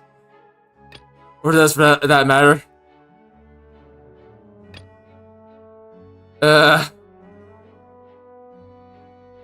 She's a primordial sea. You know what? I feel like I should just go for this. This feels a little bit dangerous. I feel like this has a lot of implications. You know what? I'm gonna try to protect Navia, but if that does, or not Navia. I'm gonna try to protect the Furina, but if this doesn't work, then I'm sorry, Furina. We're gonna have to dunk you. Please. Oh no! Oh no! I'm so sorry. I'm so sorry. Please. It has been established Oh no! that all Fontanians can No! dissolve in water from the primordial sea. And that means... Let's not jump to conclusion here. Let's not try to test things out for ourselves, or for Frida's sake, or... Since you insist on claiming to be a god and not a human, then there's a method that you can use right here and now to eliminate all suspicions of you being the latter. Miss Navia, please apply to serve as a temporary attorney for the prosecution before addressing the court. Though you act in partnership with the prosecutor, you must still adhere to proper procedure. Super sorry, Monsieur Chief Justice. I swear this really will be the last time that I'll speak out of turn. Now, I've brought some seawater from Poisson. As everyone knows, a massive flood struck the area not long ago. Including those of some of my closest friends. So, Miss Furina, would you dare to touch some of this seawater? Oh, okay. I can't watch. Believe that you are indeed the real Hydro Archon, touching the seawater would have no effect on you. All it should do is strengthen your case. I'm peeking. But if you don't dare to touch it, then we would have basically proved the reverse. Oh, and I must remind you that after the disaster at Poisson, nobody wants to see any more people dissolve. Please. I do hope you'll act prudently and choose the simpler path of admitting guilt. Navia from the Spina di Rasula. The Spina has governed Poisson for many years. I guess her suggestion is valid. If Lady Furina is indeed just a human, she's probably a Fontanian like all the rest of us. Would she really dare to try?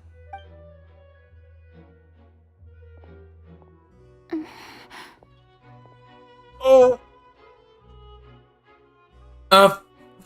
Furina? Lady Furina, this test has been unilaterally proposed by the prosecution. As it falls outside the realm of standard court proceedings, you possess the right to decline participation. Well, of course he had to tell her that. But refusing to participate is basically the same as a confession of guilt. She's just staring at the water without saying a single word. It really does seem like she's quite terrified of it. That could only mean... What's going on? Is she really planning to... That's not what we thought she would... I think mistakes were made, Navia.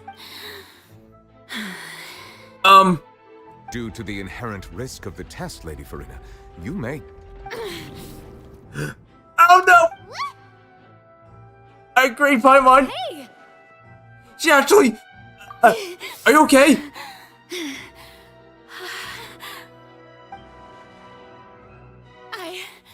I'm fine! Look at me, everyone! My hand is still here! I haven't been dissolved! Will you believe me now? I really am your Archon! I'm nothing like a normal human who would fall apart as soon as they touch this water! Really? Was this not the most obvious thing in the world? You weren't really convincing me a few moments ago, Furina. Miss Siegewin?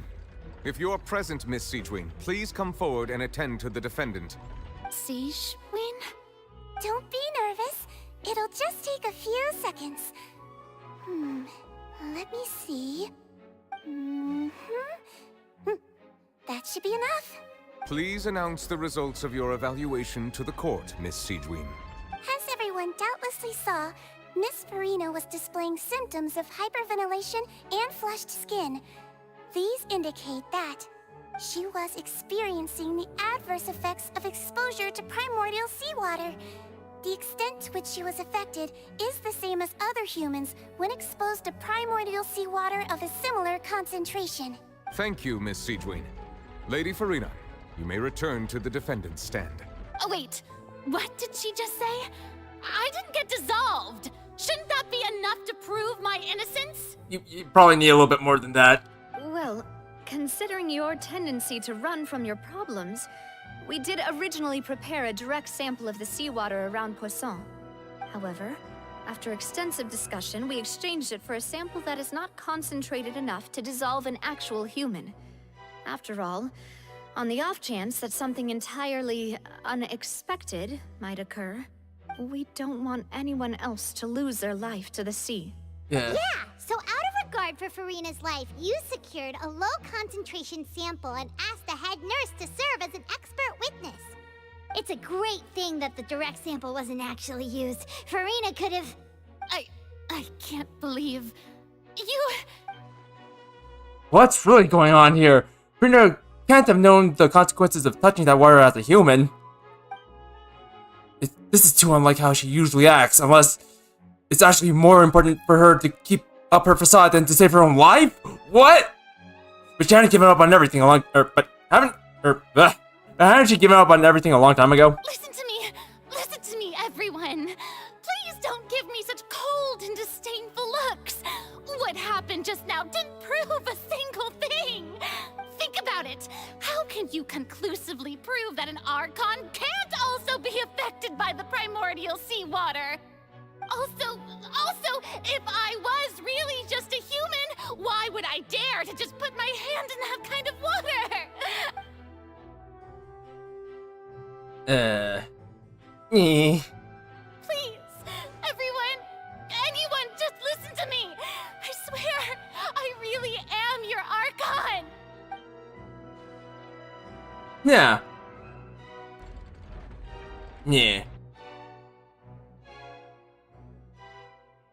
Also, wow, that thing over there. That arrow over there, wow. I don't think anything she says at this point will sway anyone. The odds are just too stacked against her now. With all the things that have been said, Paimon doesn't think there's any way left for Furina to win. I believe the time for arguments and presentation of evidence has come to an end. If there are no objections, we will move on to the final judgment.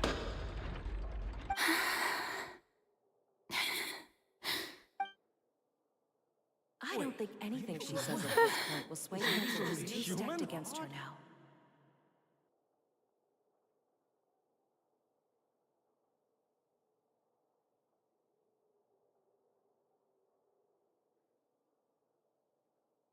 In my capacity as Chief Justice, I shall now render judgment on Furina's misrepresentation of herself as the Archon of Fontaine. As a human who knowingly deceived her fellow citizens, Furina is guilty.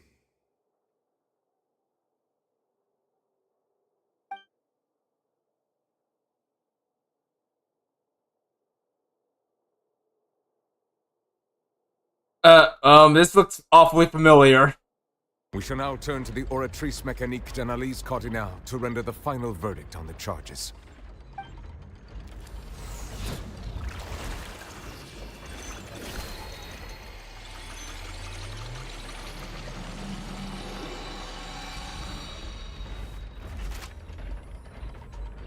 According to the judgment of the Oratrice Mécanique d'Analyse Cardinale, Furina is...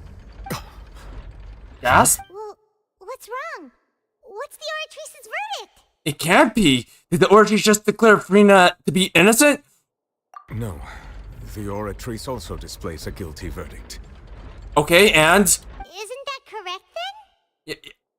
Right, but and? However, the exact wording of the verdict is thus. The Hydro Archon, guilty.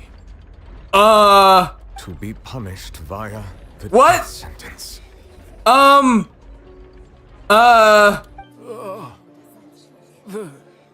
death sentence? That's actually one of the available sentences? I've always thought that it was just a myth. The one and only time the death sentence has been handed out at the court, and it's been given to the very person we've worshipped as the god of justice? What an unexpected twist. Furina's been sentenced to death by the Oratrice? We just wanted to use the trial to show her the seriousness of things so she'd tell us the truth. Things escalate this quickly. I'm hyper astonished right now. What the heck? This outcome is indeed quite strange. According to Fontaine's current definitions of justice, as well as its recommendations for criminal sentences, is this sentence really appropriate for the crimes that have been committed? Alright, you know what? I think it's time we actually took a real close look at the Oratrice. I feel like there's some shenanigans going on in there. Yeah, even Fauché wasn't sentenced to death by the Oratrice. You know, the real evil mastermind behind the serial disappearances case. What's more strange is instead of Furina, the Oratrice rendered judgment on the Hydro Arc way. Indeed. Not only is Furina's sentence overly excessive, the very point of our trial today was also to prove that Furina has never been the Hydro Archon in the first place. But now, the Oratrice seems to have deliberately invoked the title of the Hydro Archon. What does this mean? You know what? This could be an older sentencing. Probably. Or maybe it's not quite targeted towards Furina, but rather to the actual Hydro Archon. Excuse me, if I may interrupt. Is the trial still going? Fremine! You finally made it. I assume this means you've completed your mission? Mm-hmm. Any mission Father assigns to me will always be top priority. Okay, with some help from the other two, Fremine brings in its own slate. Is that the first prophecy slate? Whoa! Huh. So the knave privately arranged for Fremine to try and find the missing slate. I looked everywhere and finally found it at the bottom of the sea. It took me a long time to get around some dangerous stretches of water. But has the trial already concluded? Then doesn't that mean I've come too late? Oh no. Father will be disappointed in me. It's still not too late for you to shine! Time to shine! Thank you for your hard work, Mr. Fremine. Please allow me to review the record left on the slate. Traveler, I believe that you have already seen the other existing slates, and would like you to come here and confirm their contents. Huh? So what do you see? What is it? This looks like the previous Hydro Archon releasing her divine power, turning the oceans into human beings? What? I believe I've now made sense of the Hydro Archon's crime. It has to do with Fontaine's lost history. Please do explain, Monsieur Nervalet. Huh? Isn't the Hydro Archon just guilty of deceiving her people? Oh, wait, no, that's Furina, and we've already proven that she's not the Hydro Archon. So when you say Hydro Archon, do you mean the real Hydro Archon we've been kinda talking about?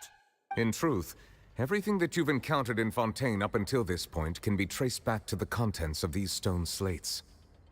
However, I'm uncertain as to how much sense they currently make to you. Yeah, association between the contents of the slates and the event and real life.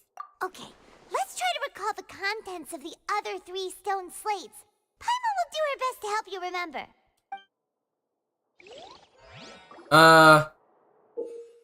Okay then. Oh, shoot, it's one of these.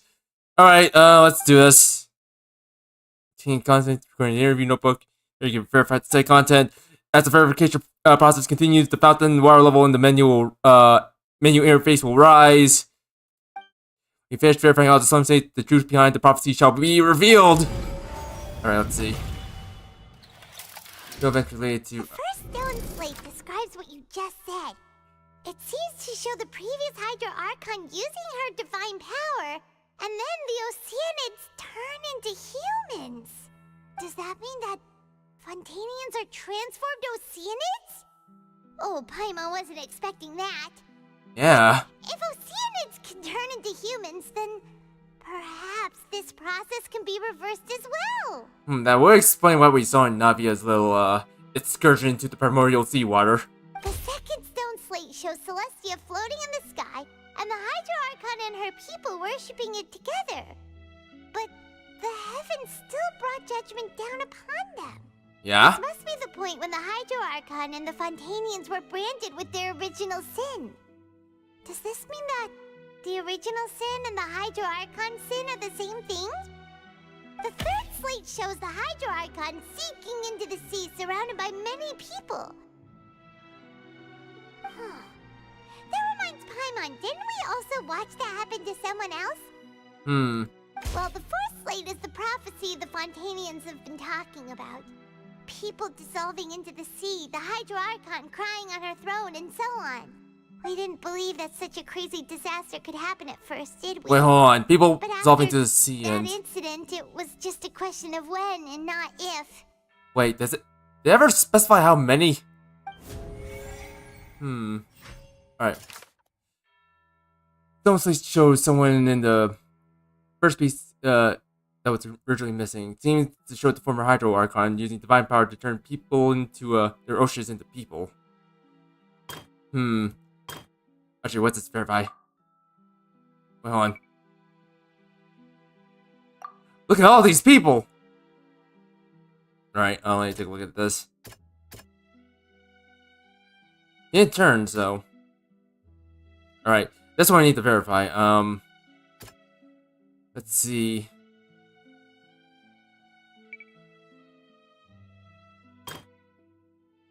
Alright, you know what? Let's do this. We know from the case of the serial disappearances of young women that Fontainians can be dissolved in primordial seawater. And the first stone slate tells us that long ago, the Hydro Archon used her power to turn Oceanids into humans. This might be the reason that Fontainians can dissolve. Okay, there we go. Also, that's creepy. Alright, stone slate, it shows Celestia flying the sky. Knew it. Called it. Even though that was pretty obvious. And her people worship it together, but the heavens still brought judgment down upon them. Alright, let's see. Primordial sea. There's gotta be something around here. Something! Please. I feel like this... Consciousness. This one might be a little bit tricky. I'll come back to that later. Actually, what? Oh, nothing. Surrounded by many people. Wait, is he sinking into the sea, or is she arriving from the sea? Or arising?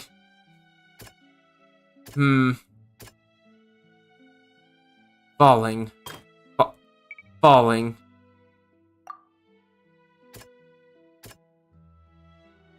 Wait, hold on. Friend zone.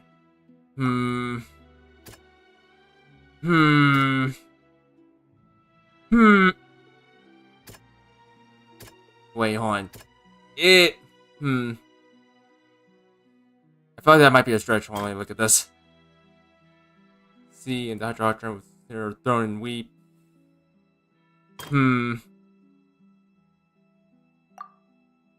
Okay, this might be a stretch. I feel like it is a stretch. Actually, I want to let me check this. Oh, that works. It's not as simple as falling into the sea. When Navia fell into the sea, her consciousness was subjected to judgment. The stone slates show the people gathered around the Hydro Archon in the sea. Could that be alluding to the same thing? I mean, she's in the sea or something. I don't know. Hey, look at this.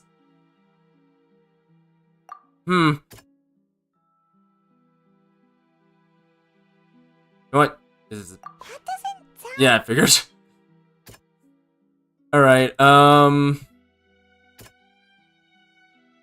Wait, hold on. Huh. Please. Here's here, but the heavens so brought judgment down upon them. I kind of want to just throw around guesses.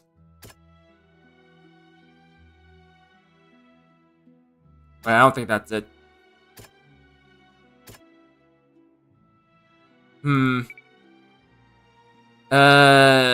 Heaven brought so much judgment down upon them. I'm just kind of holding on to this one. I think it might be this one. Like I'm trying to solve this properly. Oh, please. All right. Then my only wait, hold on.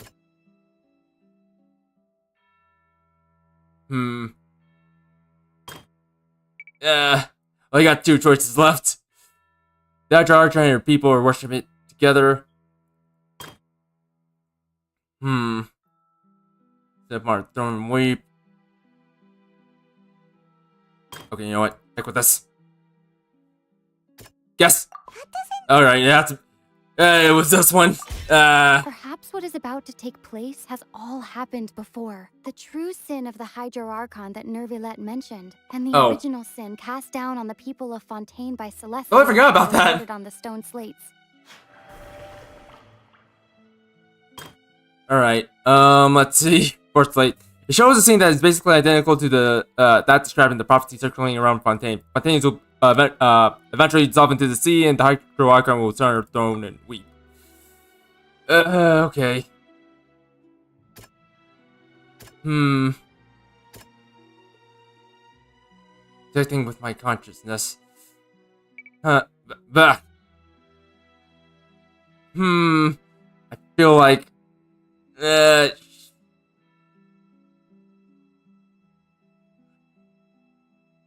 Wait. Yep.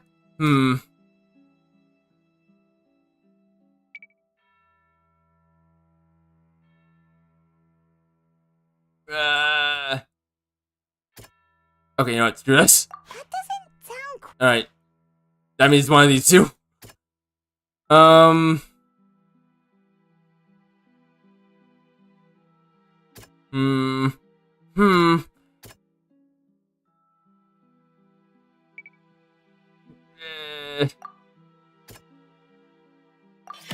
That one. Prophecy from the stone slates found its way into society, but not many people I literally believed it at first. flipped the coin on that one. Meropede was nearly flooded with primordial seawater, which we know can cause Fontainians to dissolve. It seems increasingly likely that the prophecy may come true. If we hadn't dealt with it in time, things could have gone very badly. They'll dissolve into the primordial sea but won't cease to exist. Their essence will flow in the seawater, converge, and take the form of an oceanid. Yep. The Hydro Archon was sentenced to death in court, shocking everyone present. Perhaps this means that her sin was actually Fontaine's original sin. Navia fell into the water inside those ruins, and she nearly dissolved. She was surrounded by the people of Poisson in a court within her consciousness, and was forced to take part in a trial meant to make her stay. The eruption of the primordial sea at the fortress of Meropede was the surest sign that the prophecy was about to come to pass no matter what. The prophecy's contents can all be verified by recent events. If we combine what we know together, loads of truths should come to light. Anything, it feels like all of this. I don't know. feels less like a prophecy and more like, I don't know, rhetoric. I want to call it that, but like some of the evidence here kind of feels more like rhetoric than anything. Like stuff that we should have already known. Paimon gets it now. So that's how you can make sense of it. But then it feels like we're going to have to share some truly shocking revelations. Let's hear them. Well, the first slate reveals that Fontainians are not real humans. Incredible. Linny, did you hear that? We're not real humans. All Fontainians were originally created by the late previous Hydro Archon, with Oceanids as their basis. The evidence for that can be found in how only Fontainians could dissolve in primordial seawater, and how all the girls Vacher dissolved were also turned into Oceanids. Oh, and according to Navia, when she was about to get dissolved, she also saw everyone gathered around for a trial, all of them in the shape of Oceanids. Indeed. And the second slate reveals that the crown of the Hydro Archon was her creation of Fontainians from Oceanids. Yeah, and it follows from the content of the first slate that she probably angered Celestia by creating humans without prior permission. That could also explain why the Oratrice judged the Hydro Archon to be guilty. It's to account for that ancient sin. The Hydro Archon's true sin was creating us? And yet, after many hundreds of years, the Hydro Archon's creations have turned around to try to judge the Archon within the Opera Epiclese. The twists of history are often the most unexpected of all. Most ironic. For the third slate, I'm convinced that it should come after the fourth slate. Yeah, isn't the image here just like when Navia fell into the sea? So wouldn't it be trying to show the image of the Hydro Archon also falling into the sea once the prophecy has been fulfilled in the fourth slate? The fourth slate depicts the fulfillment of the prophecy as it's already widely known. In the end, the people will all be dissolved into the waters, and only the Hydro Archon will remain weeping on her throne. Only then will the sins of the people of Fontaine be washed away. Did Paimon get all that right? You've made some keen deductions. I must say, given how much you still don't know, it is impressive that you've already managed to connect so many pieces of the truth. However, while you were able to decode all the information on the slates, they've also been etched with an additional layer of hidden information using a different power source. When we were at the ruins, I tried to decipher the hidden information recorded in the slates. But since we only had 3 slates at the time, I was unable to come to a full conclusion. Now that the slate collection is complete, I shall make another attempt to decipher the narrative recorded within. If everything goes well, we should finally be informed of the unadulterated truth. Well, that's great and all, but gotta leave now. Almost out of time. Well, did you get it? Like, I want to see it through, but I believe I should share this truth not only with you, but with all the people of Fontaine as well. I will try to briefly summarize it for you. Your hypotheses regarding the origin of Fontainians and the sin of the Hydro Archon were both correct. In the Fontaine of old, the previous Hydro Archon sensed the yearning of her Oceanid familiars for life on land. The Oceanids were enamored with the beauty and romanticism of human beings, and wishing to have those experiences for themselves, expressed to the Hydro Archon their desire to become of a similar kind. However, even though water as an element is intricately linked with the power of life, the Hydro Archon, as one of the 7, did not possess the authority to create a new form of human life. Not one to give in, she eventually found a way to create permanent humanoid bodies for her familiars by appropriating the power of this planet's primordial sea. She poured primordial seawater into the Oceanids' blood vessels, creating humanoid mimics in the process. But if Fontainians were to ever come into direct contact with water from the primordial sea, the power within their bodies would escape these artificial restraints and return to the sea. As a result, their forms would collapse, and they would be reverted to their original forms as Oceanids. Of course, The Hydro Archon never received permission from the heavenly principles to create a new human race. And thus, the Hydro Archon and all of her creations came to shoulder the original sin of appropriating the power of the primordial sea. That is the true history of how the people of Fontaine first came into being. Mind-blowing. If anything, this is the reason why, Genshin has really good lore. There's revelations like this. So we were all Oceanids before we turned into human beings? Like, the story might not be the greatest thing in the world in terms of gacha stories, but the lore, just the lore in general, it's hard to beat. Oh man, it's very hard to beat. That's way too much information for me. I think I'm just going to pretend that I never heard a single thing. Wait, but if that's the truth, we can't let the Hydro Archon be sentenced to death. After all, her only sin was creating us. This really might be too much information for your regular Fontainian, but it does answer a lot of our questions. Alas, your hypothesis regarding the third and fourth stone slates was inaccurate. The slates' respective positions are, in fact, correct. So they are in the right order. What is the third slate supposed to represent, then? A key point of the visual on the third slate is how all the individuals depicted in the water are humans rather than Oceanids. They have not been dissolved, which implies that the water depicted in this slate is not water from the primordial sea. The nation of Fontaine is the nation of Hydro, as well as the nation of trials and justice. Instead of being the literal element, the water in the scene symbolizes judgment and justice. You may also recall Navia's experience. When she fell into the sea, her consciousness was surrounded by that of many others who intended to hold a trial to determine her fate. Therefore, the meaning of the third slate is that the people of Fontaine shall try the Hydro Archon at the court of justice. Double exclamation marks! Also, Yes, it refers to our present situation. Then what comes next is... Oh, I knew this was too good to be true. Or I knew this was a little bit too familiar. I think I'm following now. Um... So, what you're saying is, even though we decided to put on this trial to avoid fulfilling the prophecy... Yeah, we're kind of just going with it. Also, I probably peeked a little bit there, but, sorry. In truth, everything we've done has happened exactly as the prophecy foretold. So now, it seems, we're the ones making sure it comes true. Man. I keep thinking about...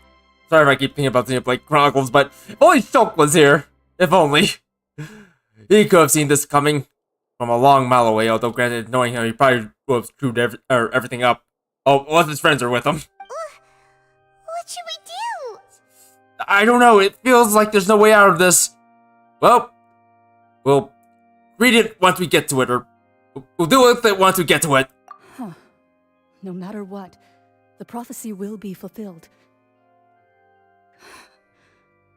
Is this what it feels like to be a prisoner of fate? If that's the case, does that mean the scene in the fourth slate will also be fulfilled soon? Well, look no further because I think it's about to come right at us if you weren't paying attention to Furina. Traveler, I would like to point out another small fallacy in your deductions. About the fourth slate. You probably thought that the eruption of primordial seawater beneath the fortress of Meripede served as the surest sign that the prophecy was about to come to pass, yes? Yeah? However, I believe that rather than being a sure sign, that eruption could in fact only be a small warning of something far worse to come. Go on? As for the root cause of the catastrophe, I believe you've already encountered it once before. I have, I have... Okay, there's a lot of catastrophes, but, I'm trying to think right now what catastrophe, it could be. Enlighten us.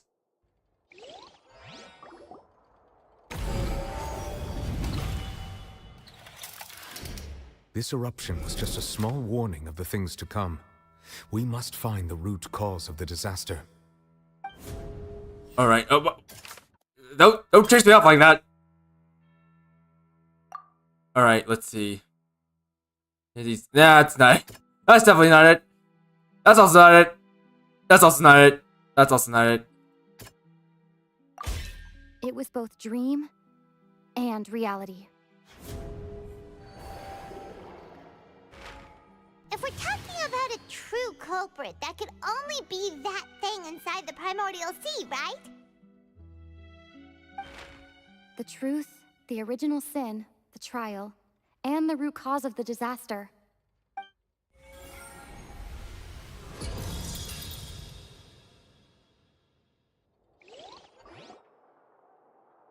Alright, so that's what we were talking about. Also, oh, it looks like everyone's gonna die. Wait, it's not gonna come up from under there, is it? Oh, it is. God dang it. Me and my big mouth. Alright, guess it's time to fight. Furina, hope you can help me handle this.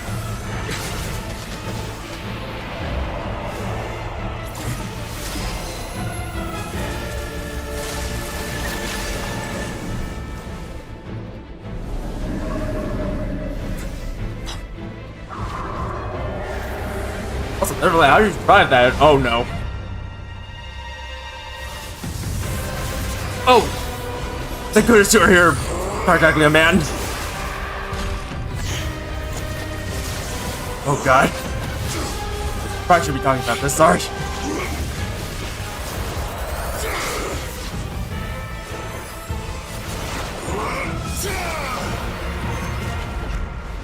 So cool!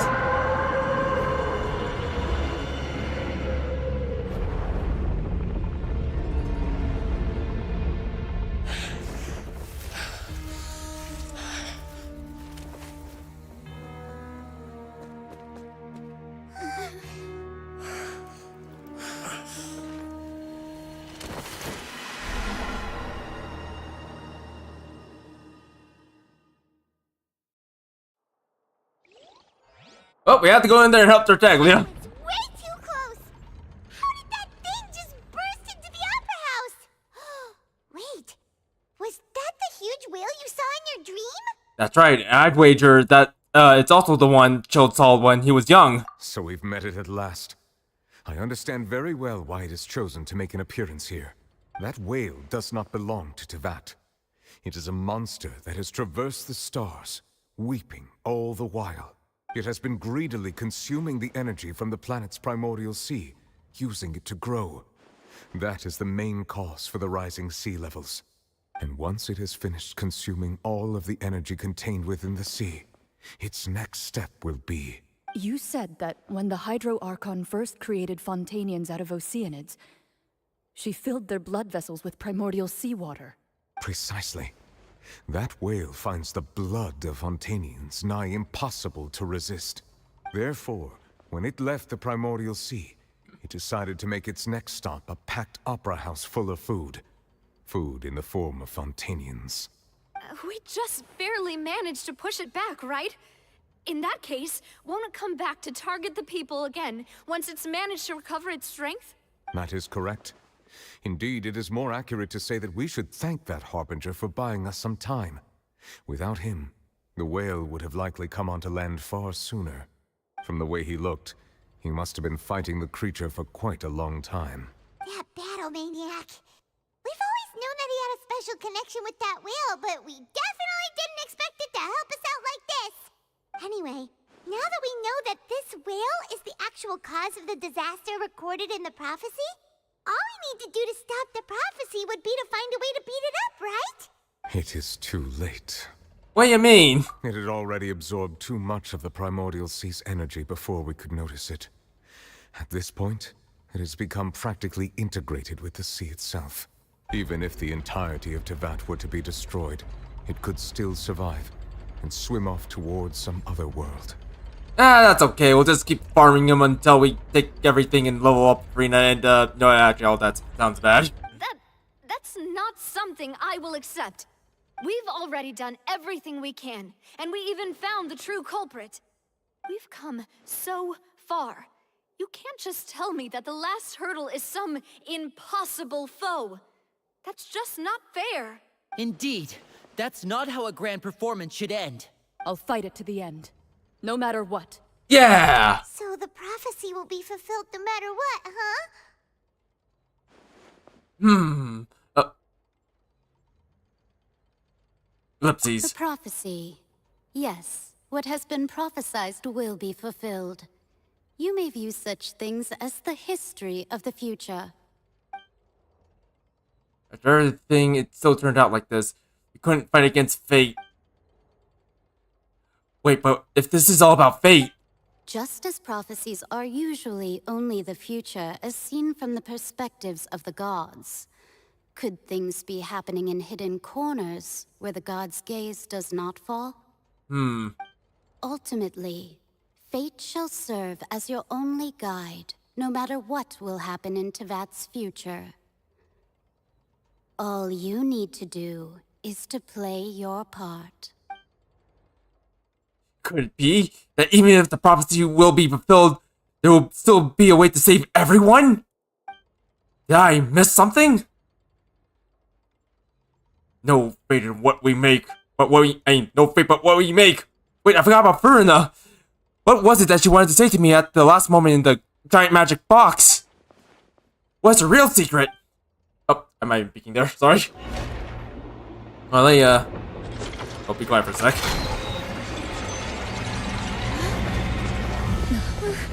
What's happening with the oratories? I believe it is preparing to carry out the death sentence.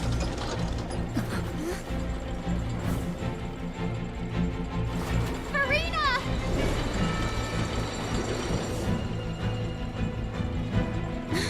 No, I still need answers.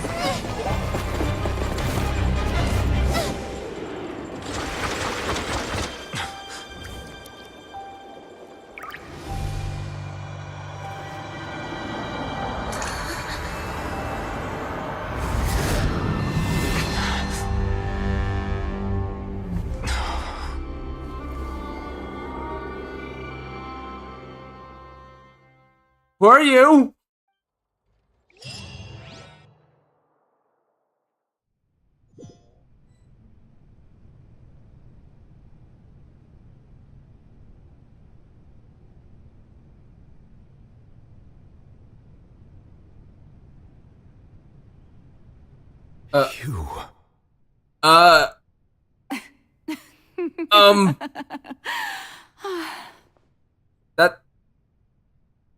That's just painting. Furina. Just painting. Just painting. That's not her skin. It's just painting. Sorry. That shocked expression on your face is just too amusing. I couldn't help myself. You are not Furina. Who are you? The sweet sound of bewilderment. Marvelous. A sure sign that my attempt to deceive everyone was a resounding success. But to answer your question, I am Focalor. You know, the god. Focalor? Why did you deceive us? Oh, that wasn't my goal, of course. Goodness, no. But I had to fool everyone else too, if I was to stand any chance of deceiving the heavenly principles. Deceiving the heavenly principles? It's all because of that pernicious prophecy. Dreadful, wasn't it? Everyone doomed to dissolve. Fontaine condemned to be flooded. One was not amused. In fact, one was positively bemused when that problem was thrust upon me by my dearest predecessor. That's the former Hydro Archon Egeria for the uninitiated. It hardly gets more disastrous than a preordained national catastrophe, now does it? She knew full well that the prophecy would surely come to pass. And as one of the seven, she also knew full well that one defies the heavenly principles at one's peril. So yes, as you have no doubt surmised, it was a rather impossible situation that I found myself in. I spent a terribly long time mulling it over, alone on the ocean floor. And I was almost growing barnacles by the time I finally realized there was only one possible solution to this confounding conundrum. I had to outwit the heavenly principles, allow the prophecy to be fulfilled, ostensibly at least, while saving everyone at the same time. I'm a genius, I know. I can only assume that's why Egeria chose me as her successor.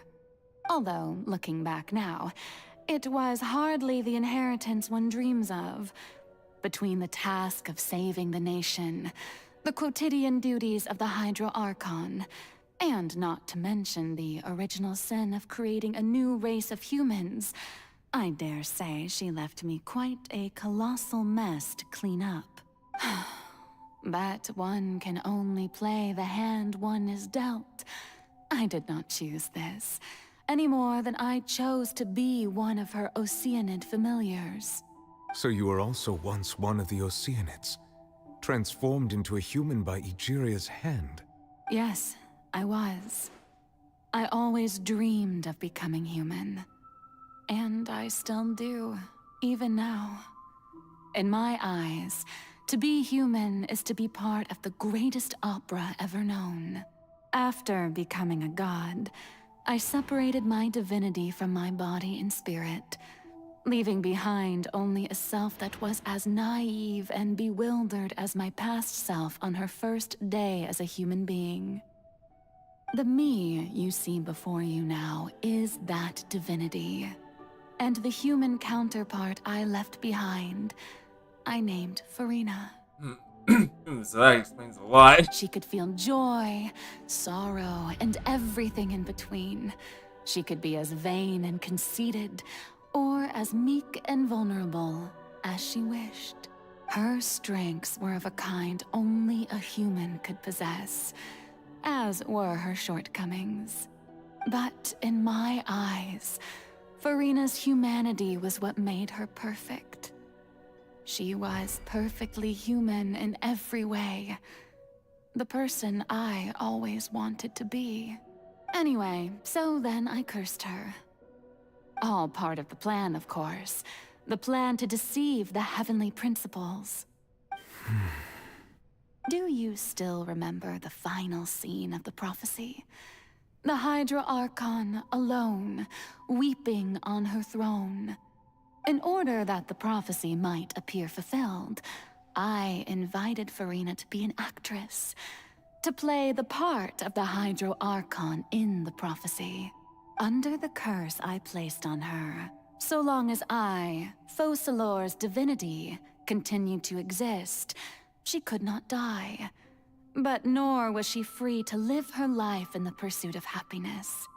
Instead, she was forced to take the stage in the opera house, to embrace the role of leading lady, to forever play the part of the god from the prophecy, all to create a deceitful appearance of that prophecy coming to pass.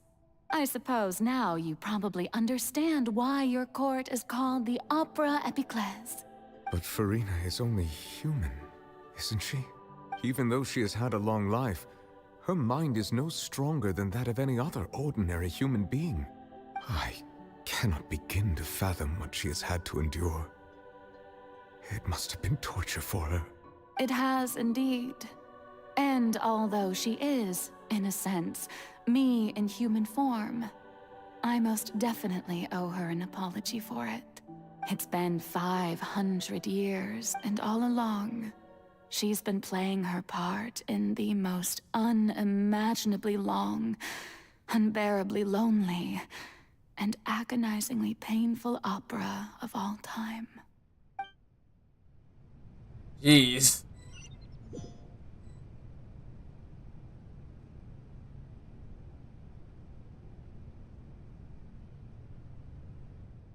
Getting into contact with Furina's tears, if I remember correctly, tears often contain the being's strongest emotions. With sufficiently strong hydrosensitivity, I can form an emotional connection, just like I did with that Oceanid at the Fountain of Lucine. Wait, could this be Furina's inner world? Furina, what's she doing on stage? Wait a moment, that probably isn't Furina. That's likely a reflection of her inner self. If I can directly speak to that self, I might be able to easily get what I wanted to know. I came here for answers. Either way, this is an opportunity. This opportunity is not to be missed. Let me try talking to her. Ugh. All right, I think we're gonna be in this for the long haul. Just like with the beginning of I feel like I should. Can I stop characters? I feel like I need to prepare for. I can't. All right. Well, we're gonna have to use this team. This team isn't quite built yet, but hopefully we can pull it through it. Hopefully. Once I left left thing. Yeah, I hope we don't like fight the boss after this immediately, because if we do, this is going to be a rough one. A matching one. Just to be safe, on the safe side. I'm just gonna this, and hopefully things go well. All right. Look here, young lady. Oh, who permitted you to come onto this stage? Now, I understand your admiration for my august self, but I must ask you to keep to the rules. Come on, it's me. All right. It is not my intent What? to reprimand you. There is no need to state your name. Just be off with you. Do not distract me from my performance. Oh jeez. I don't know what that text says, but I don't see an audience here? Oh, do not jest. Can you not feel it? Wait for 1 second. I am Focalor. The eyes of countless Fontanians are upon me. I must, at all times, display the utmost elegance and nobility. Something's off. There's no getting to her. Also, there's text appearing randomly on the screen. Even if in her heart of hearts, she's still playing the role of the Hydro Archon. What sort of resolve must she have that even her inner self and subconscious would have such an impenetrable defense? I have to find a way. Flapper. That'll never work. Alright, I guess I have to turn off all the spotlights. Here you go, young lady. Audience. What the? The performance is experiencing a Okay, fine. Let's do it. Let's do it, you. Let's do it. The guards shall You're gonna regret this. Here, this is the part where you regret this. Get him. Come on. You'll regret this soon. Shadows of fate. Excuse me. You will regret this. Your seed will be contained. After I throw more things at you. Excuse me. No rest. You know what? Please heal me. That's the dangers of running a Brenda. Oh, please. Give me this. Thank you. Also, yeah. Hate that. Wait, where am I? Alright then. I guess Yao's gonna have to help us out. Oh wait, I did this wrong. I keep forgetting. Also, don't mind this Furina. She's the real Furina. Well, you know whom. Hey, what gives? The audience is still watching me, you know. Guards? What are you talking about? Guards! On. Get him! Get him! Oh. No, that's it. Come on. Gah!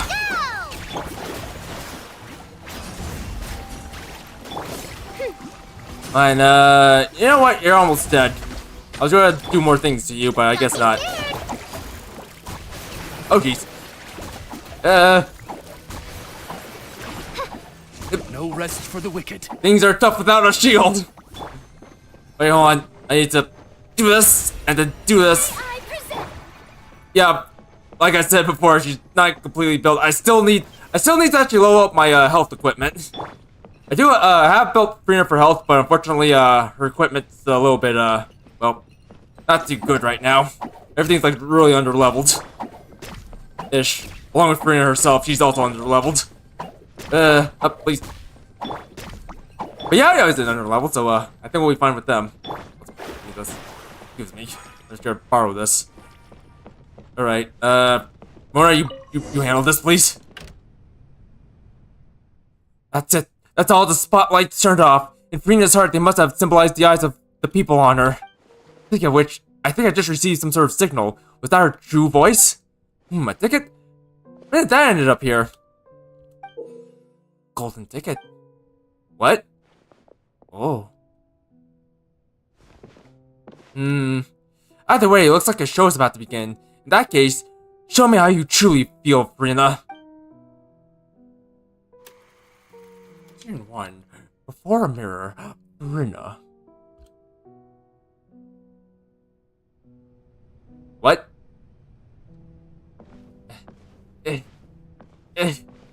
I have weak knees. This is me, Furina. I have very, very, very weak knees. Oh, how do I look? Not too old, am I? Furina. Huh? Who's that? Who's calling me? Where are you? Be not nervous. Be not afraid. I am before you. Wait a moment. You're mirror me? How can this be? Mirror you, huh? You know what? That's not bad. Let's go with that. Mirror me. What do you wish to say? The prophecy. Have you heard of it? What prophecy?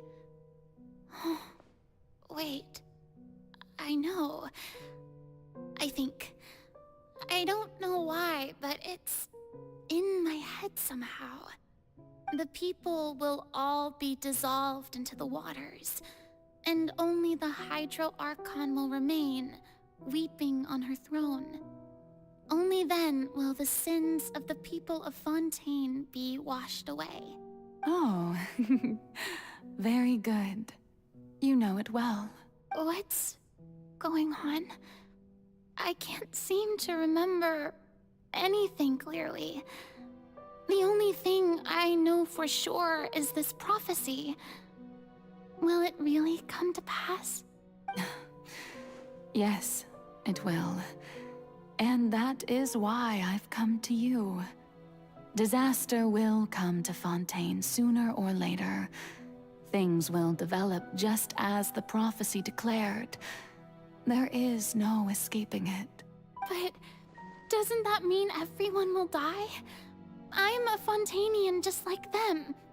Will I dissolve too? Oh, don't worry. Magical meetings exist in this world precisely to give people a chance to turn things around. It is the reason why you met me today. I will tell you how to save everyone, but you may have to suffer somewhat. Oh, so there's still hope after all. Goodness, you frightened me. You spoke so much and with so much certainty. As for the suffering, well, I will admit that the first thing that came to mind was, why do I have to be the one to suffer? But if the prophecy will come true, I'll also die anyway, right? So if I've already met you as my magical meeting in this world, if there were scales, with all the people of Fontaine on one side, and my pain on the other, is it not obvious where the scales should tilt? You truly are the perfect human. My ideal. I suppose this would also be the justice that belongs to you. Huh? Don't worry, it's nothing. Listen well. Fontaine has just lost its Hydro Archon. I need you to play a role. That of the new Archon. Play as a god? That's right. You must begin a never-ending masquerade. You must never let anyone suspect your identity. If you can keep it up, then I shall have my way of defying this prophecy. But should your identity be revealed, then all hope will be lost. But How will I do this?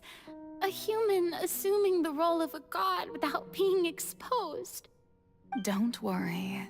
What you must do is not to turn yourself into a real god.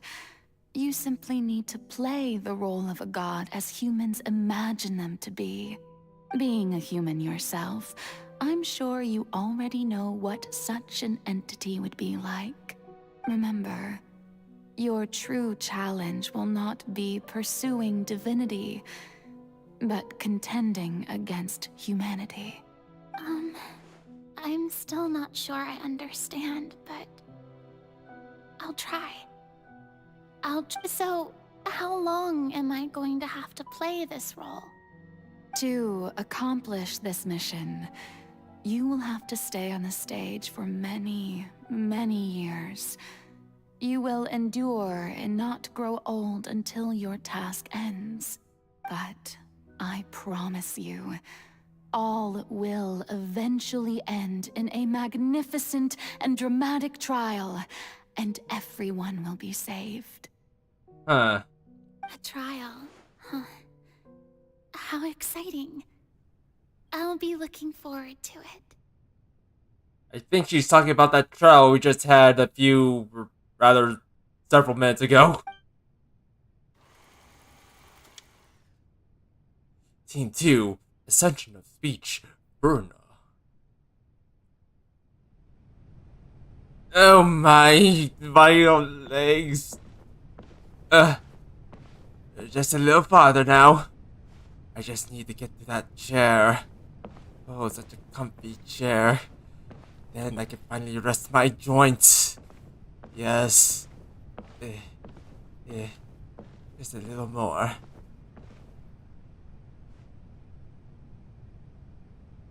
Oh, what a comfy chair.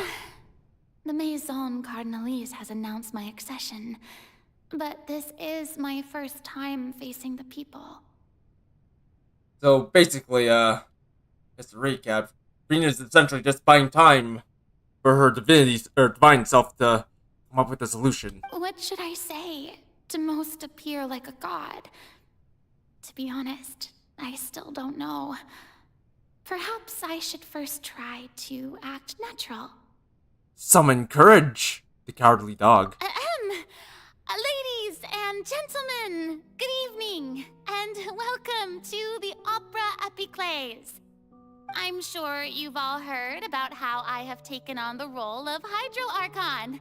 Indeed, I am Furina de Fontaine, your new Archon. Appear earnest. In truth, I know little about becoming a nation's new god, but it will be my honor to guide you all. As the god Focalor, the god of justice, I shall do all within my power to lead you into an age of fairness and justice. Close politely. Once again, thank you all for coming. If you should have any questions or suggestions, please send them to the Maison Cardinalise. The future of Fontaine will require us to work together, after all. This should do it. I thought I might stammer, but thankfully, I was able to convey my thoughts just fine. Okay, and next. That's the new Hydro Archon. Is this some kind of joke by the Maison? I would have thought that a being that surpasses humanity would be a bit more assertive. She's a god, not a jerk. You. Hey, did you hear that?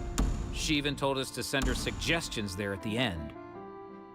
Shouldn't gods be all-powerful? She's being so modest. What's the difference between her and an ordinary person, then? Okay, you know what? Just because she's a god doesn't mean she has to be a jerk. Like, come on now. If you ask me, perhaps the succession didn't actually happen. She might just be a Maison-backed puppet. Wait, what's going on? Why is everyone suspecting me of being a fake? Oh, this is bad. If I get exposed here, there'll be no saving the people from the prophecy. Right. Mirmi said that I just need to play the role of a god as humans imagine them to be. Oh, great. This is where things start to fall apart and she turns into the person that she is now. Calm down, Furina. Think. Oh, no. Think. What do the people want? How would they imagine a god to speak and act? Oh, no. Assertive, with a strong sense of presence. One who can dispel all doubt. That is the character I'm fated to play.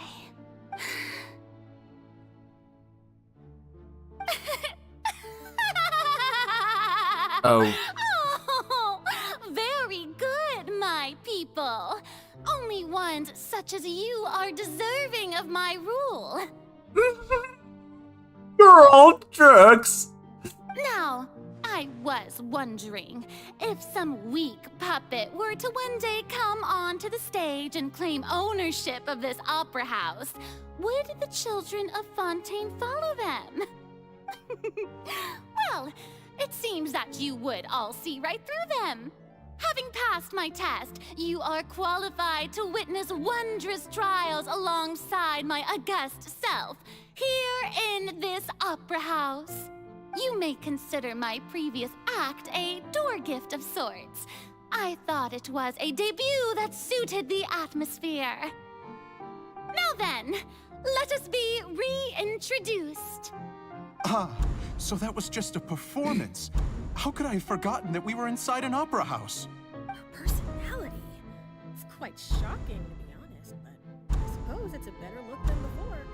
Such a fascinating and bold deity. How wonderful. Go. Our future may yet be bright after all. You know what? I think you all have to speak up right now because it's very hard to hear all of you. It seems I've turned them around. And off. Best follow this flow and restart my accession speech. Resolutely, with conviction. My dear people, whether you acknowledge me or not, whether you trust me or nay, I say to you, keep faith in your ardor for justice. We have heard it said that this nation's sins can no longer be washed away. Well, I say that justice is most fragrant when it blooms amid sin. Turn up the drama. The scales of justice should not weigh heavy in the hands of its god. On one side, it must carry fairness and justice. And on the other, praise and applause. May law be the prayer on our lips. May judgment be our worship. Let us light the fires and drink to the future of Fontaine. End the speech emphatically, yeah. There is no trouble in this world that justice cannot solve. All that is needed is for you, my people, to believe in it, heart and soul. So long as I, the Archon Focalor, stand within the Opera Epiclese, so long as I stand before the Oratrice, I shall even judge the gods of this world! You're really... And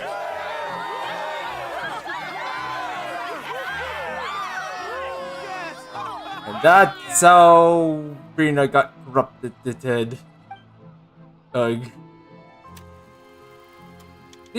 Scene 3. Opera House. Furina. I can't read any of that. Thank goodness there's text. Oh my, time to get up from bed. My joints. I'm cured. Time to do some work. I can do anything now. Lady Furina, here are today's case reports, as well as a summary of the follow-up for your perusal. Come now, was I not just at the Opera House in person? Leave these kinds of things to Neuvillette. Besides, none of these trials were the one that I'm looking forward to the most. If I may be so impertinent, what kind of trial are you truly looking forward to? Mine? A magnificent, dramatic, and wondrous trial. A trial to end all things. How could you hope to understand? That's true. I fear I lack the ability to grasp your divine thought, Lady Archon. No need for fright, and do not take what I said before too seriously. Go now, do your duties. The trial I await.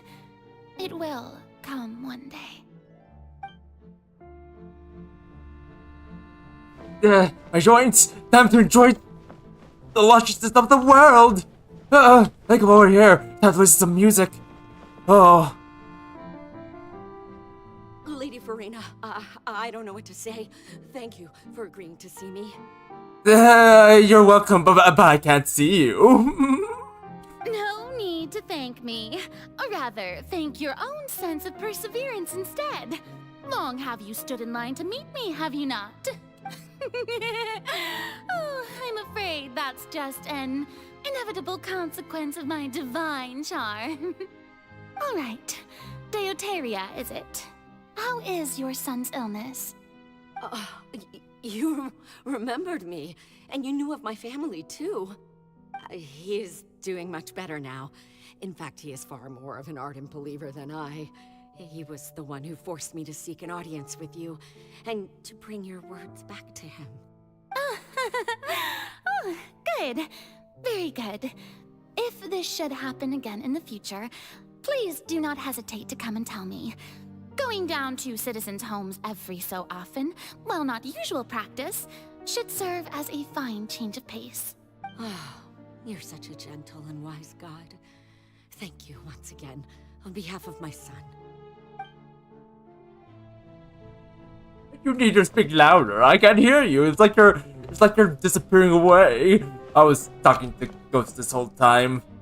Mina is very scared now. She was talking all this time. She was talking to ghosts. None of these people exist. Nor do they have corporeal bodies. Lady Furina, here are the latest hydrological reports. As for the specific parameters you asked to take note of, I'm afraid things still don't look good. I see. It's as I thought then. As your god, I did already expect this, but I wanted to see how far your human wisdom would allow you to analyze it. All manner of signs indicate that the prophecy will still come to pass. Forget it. That's not something you need to worry about right now. Well, as I understand it, the Fontaine Research Institute is also trying to find a way to counter the rising water levels. Really? Have they found anything? I'm afraid that they haven't found any effective solution thus far. Oh, is that so? Well, no wonder. This issue has reached the realm of the gods, after all. Still, their spirit is praiseworthy. Everything's all terrible right now. Time to go to sleep. The day is finally over.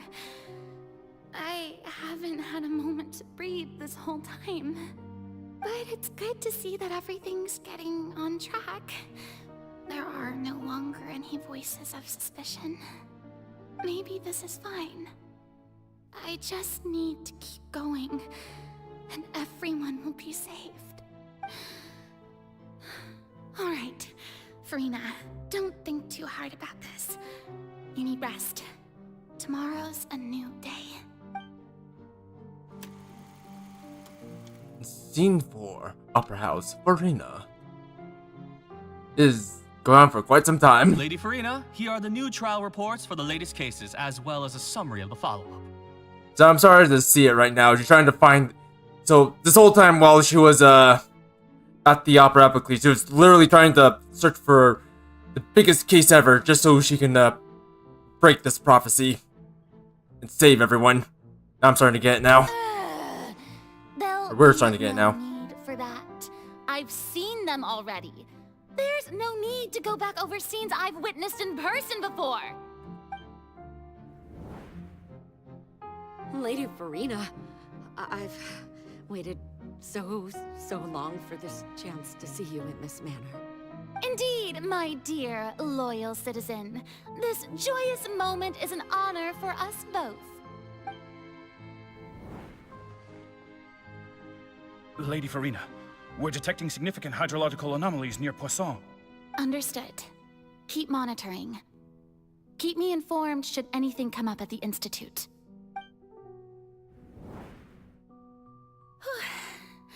I don't think I let anything slip today. I must show the people that there is nothing to worry about. I just don't know when these days will end. I feel utterly exhausted. Best to rest early today, too. Dang. This is all...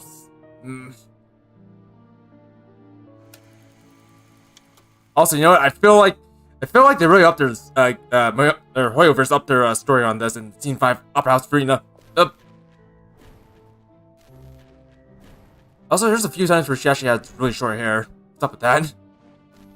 Like, I've been noticing that she's like, okay, not this one, but what? Oh my, oh my goodness. Oh dear. Lady Furina, it's like a dream being able to speak with you up close like this. You know what? Now I'm starting to understand why Raiden doesn't let anyone see her. I've heard that the first member of our family who was honored to receive an audience with you was Madame Dioteria, almost 20 generations ago. And what a fine family yours is indeed. It brings me great joy to meet such a faithful believer, a descendant of a line most ardent. Surely you exaggerate, Lady Furina. My lady? What is it, good citizen? Are you crying? Oh dear. Uh-huh. Really now? I didn't even notice. This must be the overflow of hydro from my person. Well, can't quite help being the god whose dominion is the waters, can I? No wonder. No wonder. Oh no. A manifestation of your power. Oh, Archon, I am honored to have witnessed it. Oh god. This unknown voice isn't helping.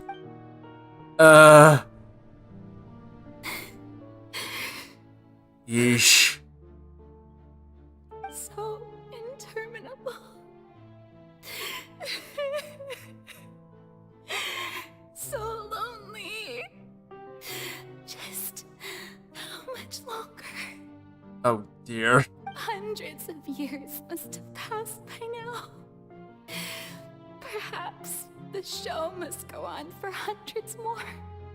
I never imagined that it would hurt so much. Have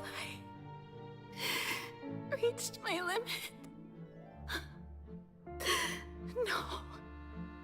Perhaps I reached it long ago. Today I didn't even notice my own tears.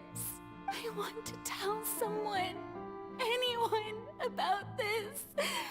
But would that not destroy all I've done so far?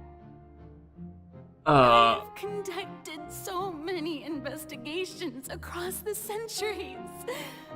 But there's not even a sliver of hope that we might break the prophecy. All I can do is keep heart. I must maintain this act.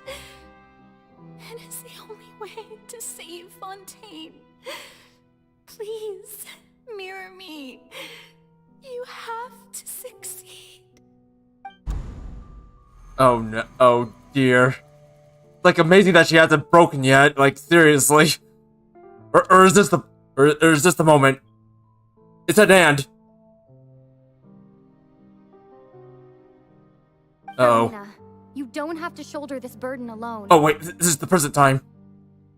Although I don't know what you might be keeping from everyone, your people are more than willing to share your burden with you.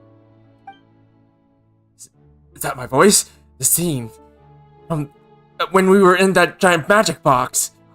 I feel like we're replaying events from before. Oh my, this is great. I didn't think that this scene would replay in my inner world. Surely I'll find out what you wanted to tell me this time. Share my burden. That's impossible. It was fated right from the start that this would be my duty alone. But even if your burden doesn't need to be shared, you can still choose to confide in someone.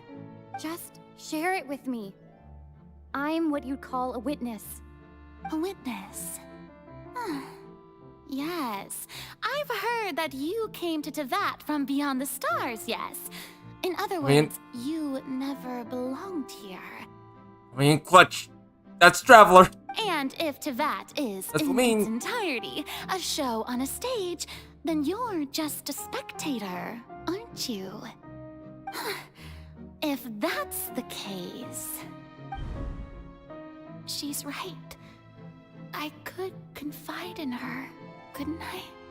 But if things don't play out as expected, the people of Fontaine will be the ones to pay the price. No, Furina. You shouldn't be selfish. But what if it's really alright? Furina, you've worked so hard for so long. Surely it would be okay to put yourself first for once. Just this once. Is it such an outrageous thing to do anyway?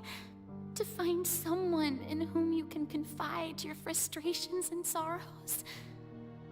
Surely it could not hurt.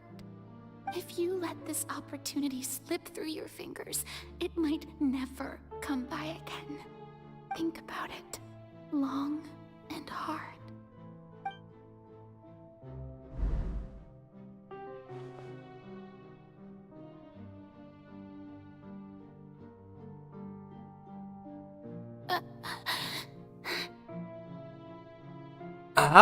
No, I have nothing to say.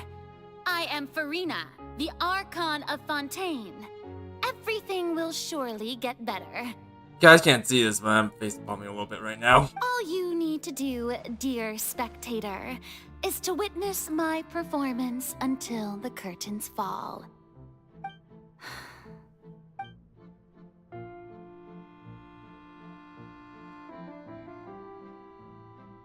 Fine.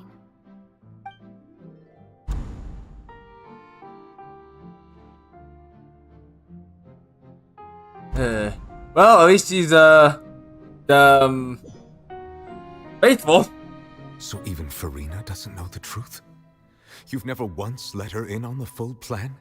Yes, it had to be done. To deceive the heavenly principles, you must first deceive yourself. She did very well. If she had let her resolve falter even once in these 5 centuries, Fontaine would have been doomed to the most tragic fate. That's true, and if anything, we did have that, trial before, so that could be the grand trial that Folklore was talking about, so if anything, everything worked out in the end. Well, not yet anyways. It seems that trusting humanity was the right decision after all.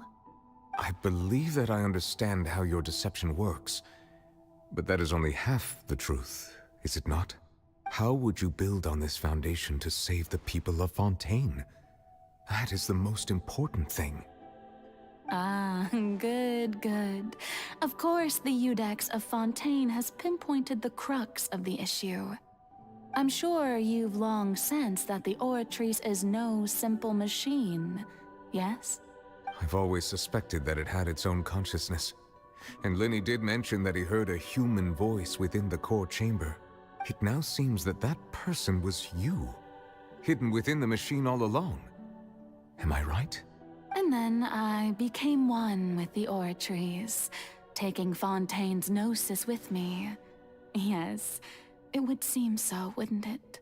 Alas, your understanding of this device still lacks sufficient depth. In truth, it is no enactor of justice. It is, in fact, a device created to kill the god of justice. Oh. I beg your pardon? Oh, you have it. And to be more precise, not only will the Oratrice take down the god of justice, it will also take down the divine throne upon which she has been placed. I mean, did you think I would be the sort to enjoy peaceful repose while Furina suffered? My work over these last 500 years has been to constantly accumulate indemnitium within the oratories. I see. But really, some have already discovered that only a small fraction of the energy generated by the device was ever used to provide power to Fontaine. The vast majority had to be, accumulated to enact this death sentence. It was all a part of your plan, then? Both the trial and the sentence? Indeed. This power, accrued over 5 centuries, could have sustained Fontainians for millennia had it only been used for that purpose. Almost all of it has now been stored within the oratories. But only power of this magnitude could hope to destroy the Hydro Archon's divine throne, shaking the rules established by Celestia, and breaking through the institution that is the Seven. So the Oratrice's call for death was for neither Furina nor Focalor, but for the Hydro Archon. The destruction of that divine throne. If I do not misunderstand your intent, you must be... Returning what's rightfully yours to you, of course. In other words, this was all done to return the authority of the Hydro Archon to the Hydro Dragon of this planet. But...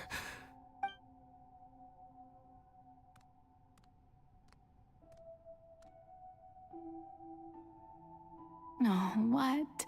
Getting sad again, are we? The authority of the ancient dragons shall soon be yours once more, O Hydro Dragon Sovereign. And this is the face you make.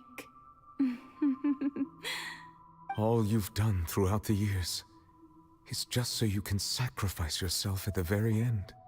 I've never quite seen it that way, you know. Even now, I'm quite pleased at how well my deception worked.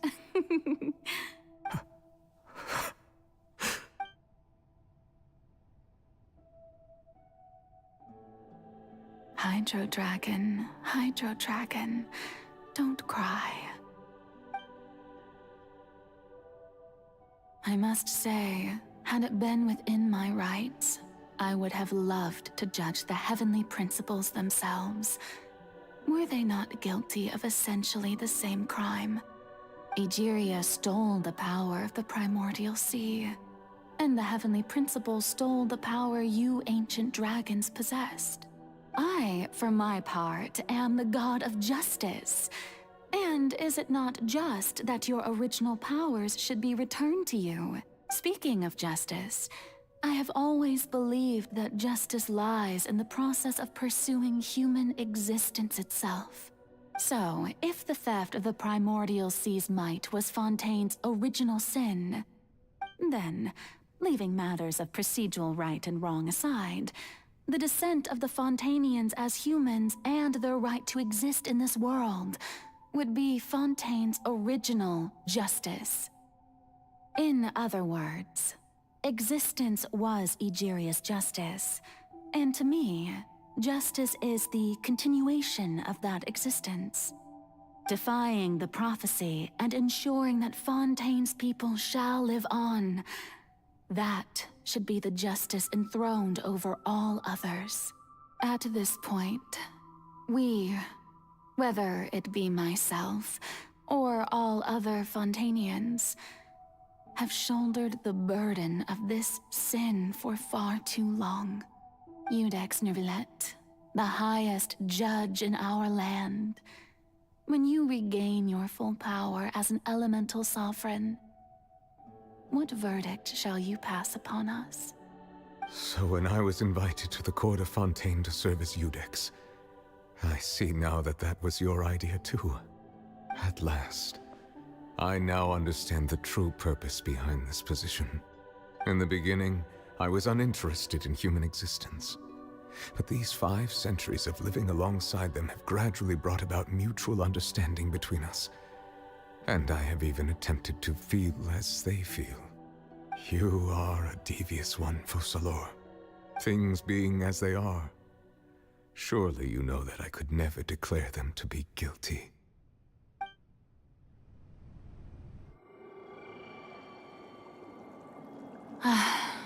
The hour of my execution is almost here. For the sinner, the curtain call has come. I know I may not sound it, but faced with death, I find myself a little afraid. Perhaps this is one thing both gods and humans have in common.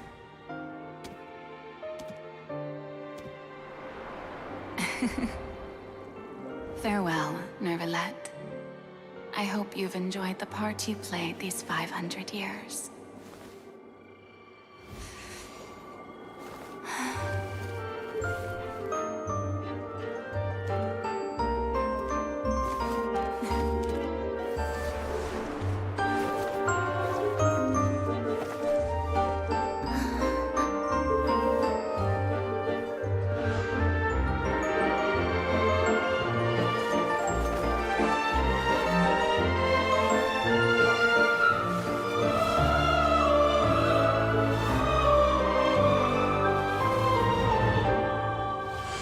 Not the break!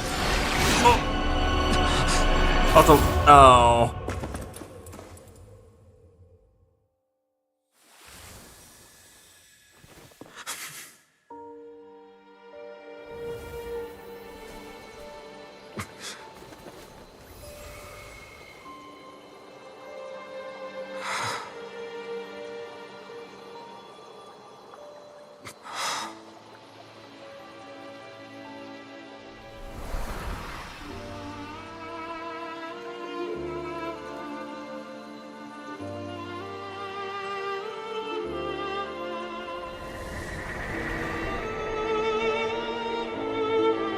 Still can't read that text. Thank goodness for this. Subtitles.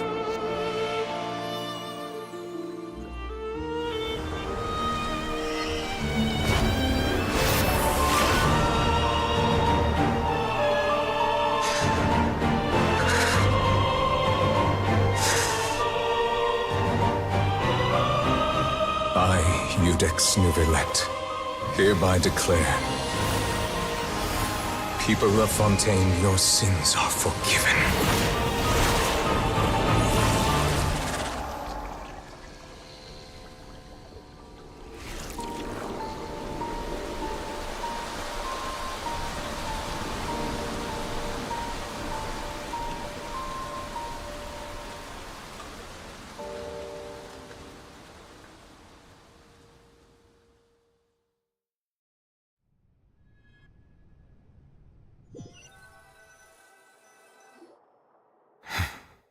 Yeah. We're still dealing with that thing in the back there. What just happened? Has the death sentence been carried out? Yup, and say hi to your new actually I'm not even sure if she call you Archon or not. Was that bright light some sort of misdirection? Like, I have a feeling that something huge just happened. he got his power he just got his power back, but you know what? We'll just keep calling you Nervalette from now, or for now. But since we're all still alive and haven't been dissolved, I assume whatever happened was good for us. It's time to end this. We must mete out punishment to that beast. Yeah, I mean, Just a moment ago that it can't be defeated? I have gained the strength sufficient to deal with it. Through certain means, I now have the ability to separate the power of the Primordial Sea from that creature. We should seize the opportunity to pursue our quarry. Just now? Traveler, now that the oratories can no longer function, I require an executor to help me mete out justice. I mean, me? Okay, give me a sec to switch to my party. The calamities befalling Fontaine, the beast that enacts the prophecy. Its name is the all-devouring Narwhal. Come with me, traveler. The hour of execution has come. Narwhal? Okay, I'm expecting a banger from this boss. Oh, okay, I guess we're just going in. Oh crap. Official, be careful. If that is you, official. Oh no.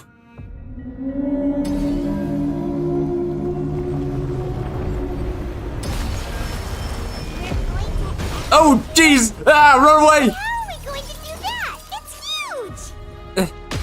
I've already done my best to separate the power of the primordial. Oh, geez, fuck up. Considering the size of the beast, I cannot reach the power source. Find a way this sucks. to attack it from within. Oh, jeez. Excuse me. Pardon me. Give me a sec. What do we do? Oh. Okay, where's it going? Actually, no, I probably could have attacked. I can feel its sorrow turning into hostility. Oh, jeez, oh, God, oh, my, oh, dear, oh, jeez. That's not, The show begins. I wished I had gotten you with me. Oh, wait. The all-devouring narwhal cannot resist its instinct to devour. Continue to trigger its hostility. It will present itself. Okay, but please, hurry without delay. Oh, jeez. Okay, what do we do now? I wish I was getting you right now. Oh, jeez. Oh, no. Where am I? Oh, God. Oh, jeez. Here, excuse me, I'm just gonna throw all these at you when oh, God.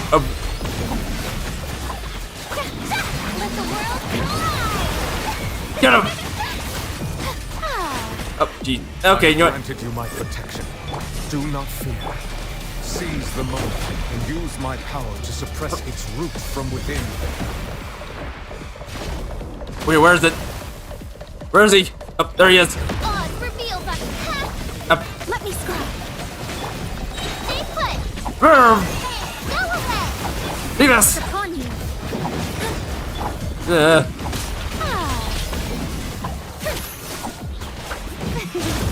Okay, you know what? I gotta back off.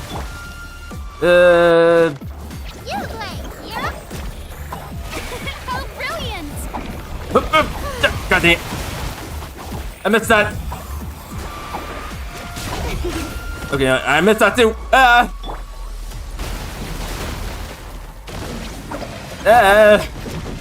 Excuse me. I'm sorry. Oh, jeez. Okay, you know what? Maybe not that. Get him. Oh, jeez.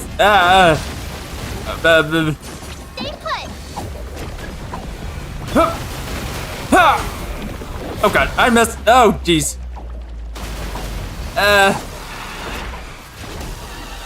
Please don't think to me. Go on. Oh. Don't think to. Thank you. Okay, excuse me. I'm just gonna pop this up. Yeah. I didn't mean to pull that off. Shadow Raven, let night fall. Get him. Don't be scared. Come on. Go. I messed that one up. I messed that one up too. Oh jeez. Away. You see, I'm just gonna dust this up, and everyone and all present. Oh jeez.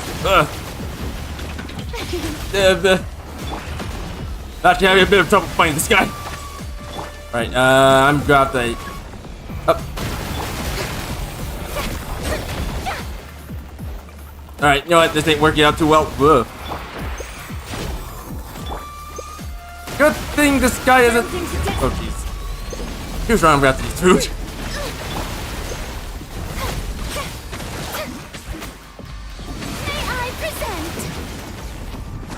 Oh, jeez.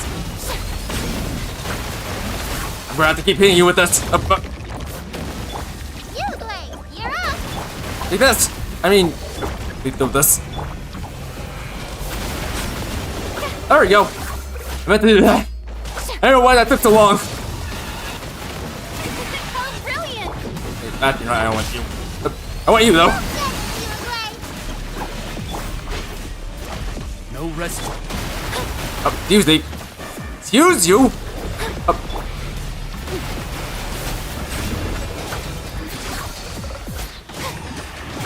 Jeez, bub. Hey, with Chad Dongli with me. They can help. Oh, geez. Oh, God. How dare you! I agree. Also, I should probably back up. No. By royal decree. Oh, God dang it. I messed him up. I think I messed him up a lot.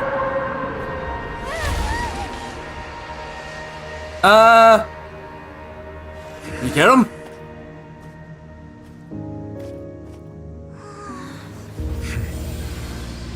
Also, was that... Wait, what? Did we accidentally kill Chilled? I feel like that might have been Chilled we attacked over there. Hopefully not. Hopefully it's just a normal that we beaten up. Also... Oh... Also...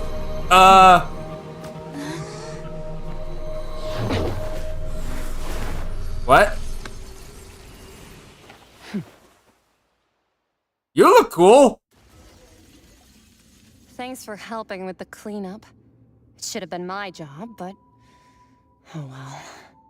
It was just supposed to be a short private training session for me. I didn't think that my disciple and my master's pet would start brawling in the meantime. Wait, master? What? Actually, I had a feeling that it would happen at some point, but they bumped into one another earlier than I thought. What a blunder. I suppose I'll have to swing my sword 3 million times as penance. Alright, so we know that you're child's teacher, but master's pet? That power. Who are you exactly? Paimon has an idea. From what she said earlier, she must be Child's master. Skirk, right? Yeah. It's just that he gave us the impression that she was the less talkative person. I simply did not have anything to say to the weak. But you, on the other hand, managed to defeat the all-devouring narwhal without using power from beyond this world. So you may speak to me as equals. So, what sort of person would take an all-devouring narwhal as a pet? I have to agree. It's a strange use of a planet's primordial waters just to raise an all-devouring narwhal. That kind of power is wasted on it. It's not cooperative, it eats too much, and I have more important things to do with my time than pet sitting. The only thing that creature has going for it is its looks. All in all, it fails as a pet. Miss Skirk? I think you might have missed the point. The point being? Well, being that this pet almost destroyed an entire nation. So what sort of person is your master? Well, Child's master's master. Wait, is that right? Oh, right. So you don't know him. Sorry, I assumed you did. His name is Sir Tologi. Gazunai? I am unfamiliar with that name. Huh. So Master is insufficiently famous.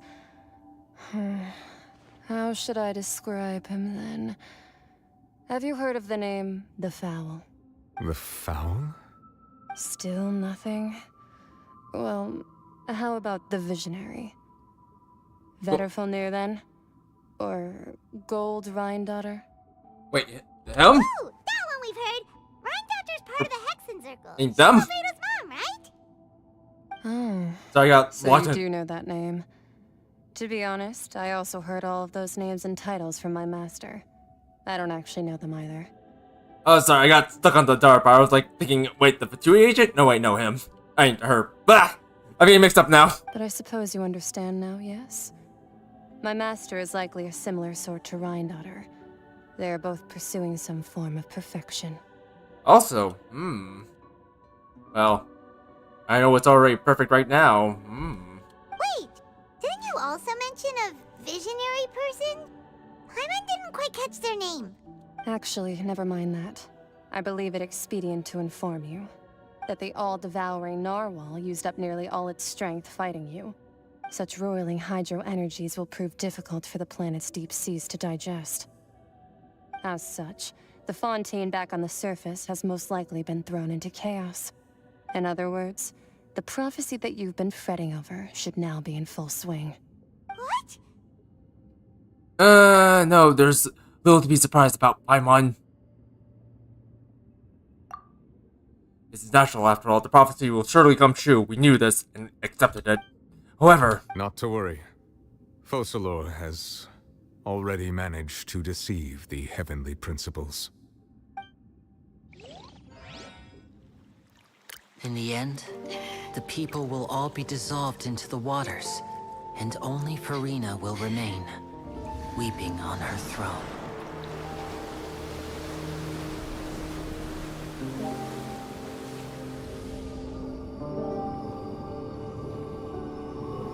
Only then will the sins of the people of Fontaine be washed away.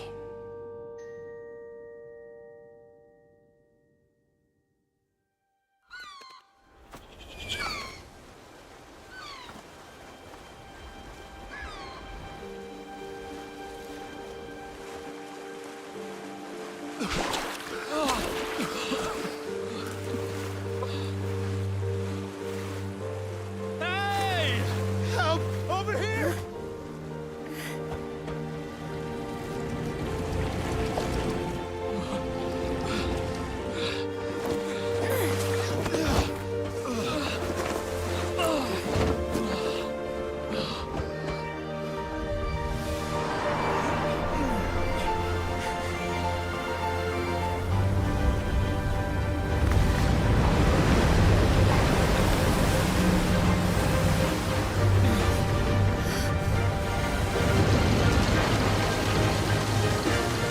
I totally forgot about that. All hands, initiate emergency rescue!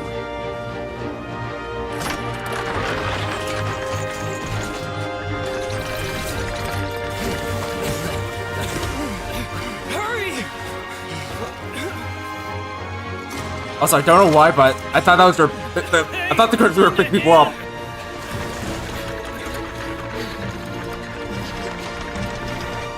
Like a grappling machine or something, or rather like a crane machine or something. I don't know why.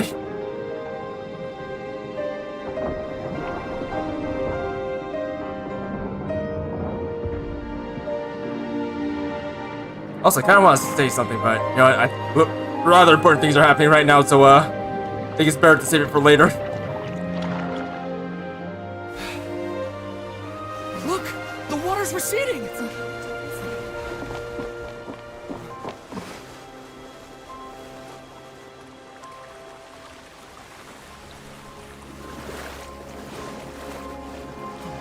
It's a miracle! The water's receding. We didn't dissolve. The prophecy was wrong. The prophecy was wrong.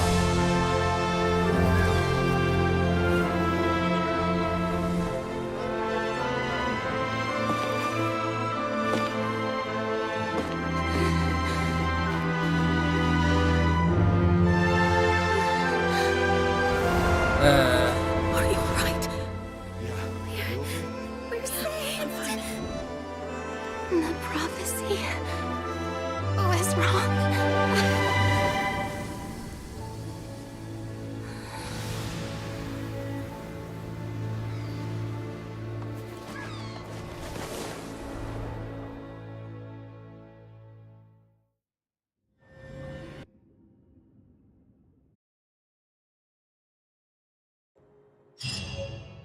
Also, what the heck? Oh. Renewed. The Spina di Rosula tax post-disaster rebuilding. I recently visited Poisson to meet with Miss Navia, spokesperson of the Spina di Rosula, and we spoke about Poisson's present and future. Old soil can still give birth to new bloom, Miss Navia stated. Hope is like seeing a small cookie when you're starving late at night. You just need a little of it. I'm glad Paimon can read lines, because I can't read any lines here. Skyship Winglet, lunar brain of the Fontaine Research Institute.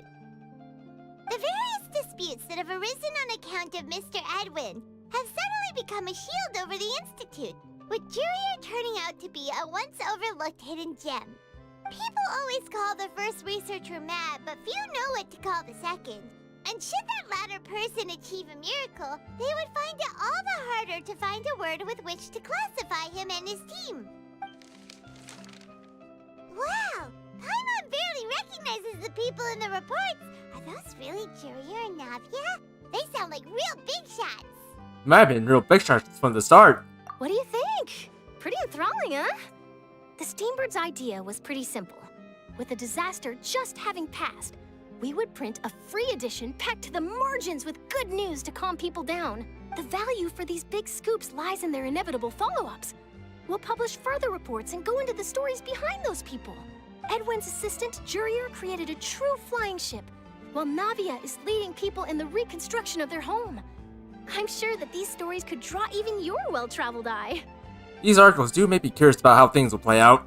I'm curious too! Wait a minute.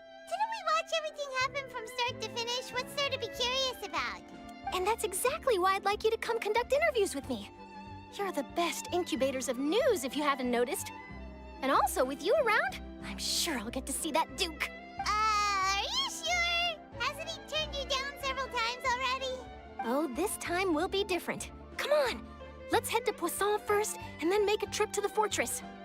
There are some things you'll only know when you get there. Alright, you know what? Oh, wait. No, oh, here. Great, I kind of want to end this right now, but I don't want to leave things here. You know what, I might as well start talking about a few things. First of all, I think I kind of have to apologize here, but I think I might have misunderstood the whole point of Furina rejecting our offer. Also, Furina's very wounded right now. That's it, Furina. No, don't. There you go. Oh, jeez. Yeah, the whole reason why she rejected that offer with Lumine is, well, to prove her, or, well, I want to say prove her honest, or, I want to say honesty, but her loyalty, but, mostly just prove her, commitment towards Fontaine's people. That's the whole reason why she rejected the offer. And secondly, damn, did Genshin really up their story, this time? Like, holy smokes, this is probably their best Archon story to date. Like, compared to everything else, all I can say is this really, this story really touched, like, how I feel about, Genshin's story overall. Like, sure, just, Genshin's, story isn't all that, or, rather, it isn't perfect, but they're always trying to improve. That's what I've been noticing. They're always trying to improve their story, and so far, they came quite a long way since, since Mondstadt. Quite a long, ways away. But anyways, you know what? This is where I usually end things off, but you know what?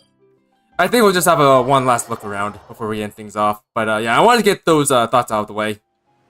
Like, again, I feel like this is their best story to date, Hoyo vs. story, for Genshin. The best story to date on Genshin Impact. Also, I'll just take a shortcut here. Yeah, I'm kind of hoping for, like, more stories like this. Also, Fatui. Navia! Also, I just realized something. We haven't really resolved our, our dispute with, well, not dispute, but, actually, let me, pull that back a little bit. I haven't really, seen anything else about the, great. The Gnosis. Yeah, that's it, the Gnosis. We haven't really seen anything else about it. Oh, in the story. you. What brings you all here? Apart from, you know, Folklore's actually holding on to it. We haven't really seen hide or hair about, on it, and, we haven't really seen, the Fatui actually go after it, which is all the more sus when you think about it. We're just having a look around. I'm here to update myself on how things are going here. Oh, the Fatui are here too. Let me introduce you. This is Mr. Garunt Snežević. He represented the Knave in sending us a large amount of supplies, and is helping with our work. Our residents are hard at work as well. Thanks to everyone, work is progressing nicely. We've lost a lot of people, but we're moving forward. That will have to be enough. Hello, Miss Charlotte. I'm a big fan of yours. I especially like that article you wrote last year about Fontaine's stray cats. But if you don't mind, could you not emphasize our role too much in your report? It's not charity we're doing here. We just happen to share the same interests as Despina. I get where you're coming from. I'll keep it as simple as possible. Or would you be willing to feature as friendly neighbors? Also, you know what? I just realized something. Rubich doesn't have the mask like the other between agents.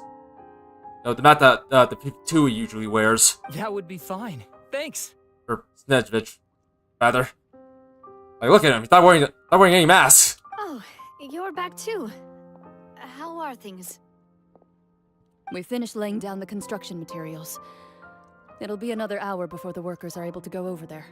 Huh? You're here too, Clorinde? Well, her reputation's greatly risen after that whole duel business with Miss Furina. So she's here in Poisson to wait out the heat. All right. She really came here to help me out. There's too much to consider in the reconstruction of Poisson. The Spina has need of more decision-makers. And, well, I do already happen to be connected to Mr. Callis. Oh, wait just a moment. Do you mind me asking a few questions? You know, about how you felt before the duel, about what it was like facing down a god. There's lots of exciting material there, I bet. Forget it. I'm sure you can find a better theme than that, Miss Charlotte. I see you're the same as always. Couldn't you do me a favor, for Navia's sake? Well, if we're talking about doing things for my sake, you might as well just take a few more photos of me. Or of the Traveler. It's better than wasting time persuading Clorinde, at any rate. Of course I will. I'm not gonna let her off that easy. All right, then everyone who wants to be in the photo, gather up. And smile.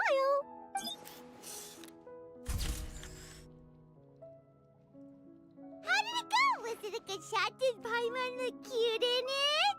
Not bad. Your addition really helped the composition of the picture.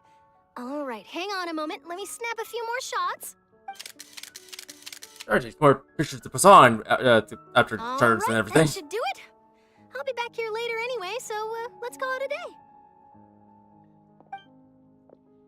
day. You're very quick. Speed is of the essence when it comes to the news, and freshness is the key. Also, not to brag, but I'm pretty good at building connections.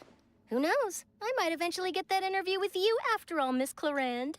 Wow, you really do have that never say die spirit. I'm impressed.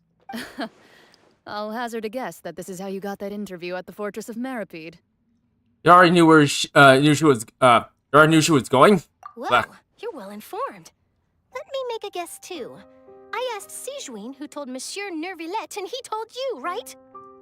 That's a very complete information chain. In truth, all Monsieur Nervillette asked me was, when did the Fortress become so friendly towards the media? I told him that it was best not to speak too soon. There's no guarantee that Ridesley will make a personal appearance. You're right. I've got to treasure every moment I have with them. In which case, I'll be making a move first. Stay safe now. And tell me if you hear anything interesting. I'll treat you to afternoon tea in exchange. Alright, time to go to the Fortress of Meripede. We're not seeing a child in there, we're sending Furina in there. It's plain old Furina. Oh, let's go over there.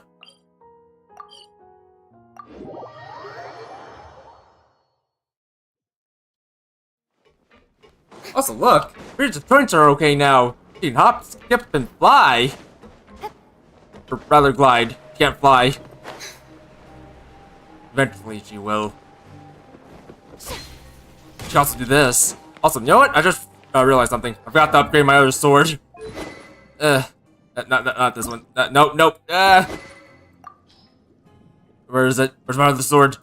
There it is. I was on Kiki. Oh, here we go. Alright, I'm just gonna do this. No, I can do this later. What am I doing? I'll do this later. Sorry. Sorry if I'm acting a little bit, strange. A little bit tired right now. I kinda want this to end. But at the same time, I want closure. Guess we're here again, huh? There's a real nostalgic feeling to this place. Looks like you've been missing us. Duke! Did you come all the way to the entrance to greet us? Of course. I'm here to welcome you and our dear Miss Charlotte, whom our good head nurse recommended to me. It's an honor to finally meet the much-rumored Duke. Thank you for consenting to my visit to the fortress, sir. No need to thank me. But that said, I shouldn't be the focus of your interview. I trust you recall our agreement? Of course. All right then, this way.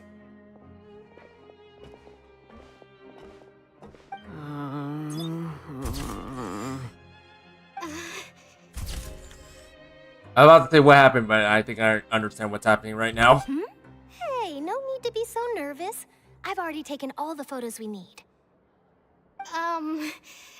Miss Charlotte, do these pictures really need to be published on the cover of the Steambird? It would seem that Miss Lorvine doesn't want her face to appear beside that of Mr. Jurier, Sir, please don't say things like that. But it looks like dear Mr. Jurier denies it. Might this interview be very important to you, then? No, I just... This is my first time being interviewed, and I'm very thankful to the Steambird for... Now, I might not look it, but I actually did meet Mr. Edwin once. And I'll be honest, I enjoyed chatting with you more. You've definitely got more of that genius vibe going on. The boat that brought about a miracle, the ark that saved the people. Why, you recreated a myth back there, like an emissary of legend. Still, if I might ask, where's that flying ship now? Huh. Looks like Charlotte's trying to get herself another exclusive scoop. I have to apologize, but that ship is presently in the bowels of our factory. I'm afraid it won't be easy for you to get a shot of it. Really? Well, then in that case, could I have an interview with you to make up for that loss? He really knows when to squeeze the opportunities for all they're worth. You already know my answer, I'm afraid. Best you interview our head nurse instead. Or perhaps you'd like to take another photo of this couple of researchers? Did you really have to use the word couple? Well, then, 2 solo photos will do. Is my hair messed up? Please, someone help me have a look.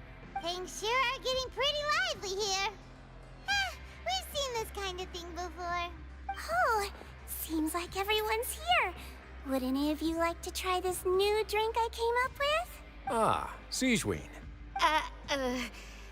Hey, Miss Charlotte. Why don't you, take some pretty photos of our head nurse? Sure. Come on, Miss Siegeween. Over this way. Let's find... Sure. Do I have to smile? And that keeps happening to me. So, how have things been at the fortress? Same old, as you can see. Fontaine's undergone some changes, but this place is still more or less the same. Other than that flying ship, it got a tad too much attention, I think. That's why I decided to let the interview go through. We should direct more public opinions toward the behind-the-scenes heroes. Am I right, Mr. Jurier? Miss Lorvine? You're too kind, sir. I believe that you too should have your day in the sun. Not that you would want that, which is a pity. I'll just leave the spotlight to you two.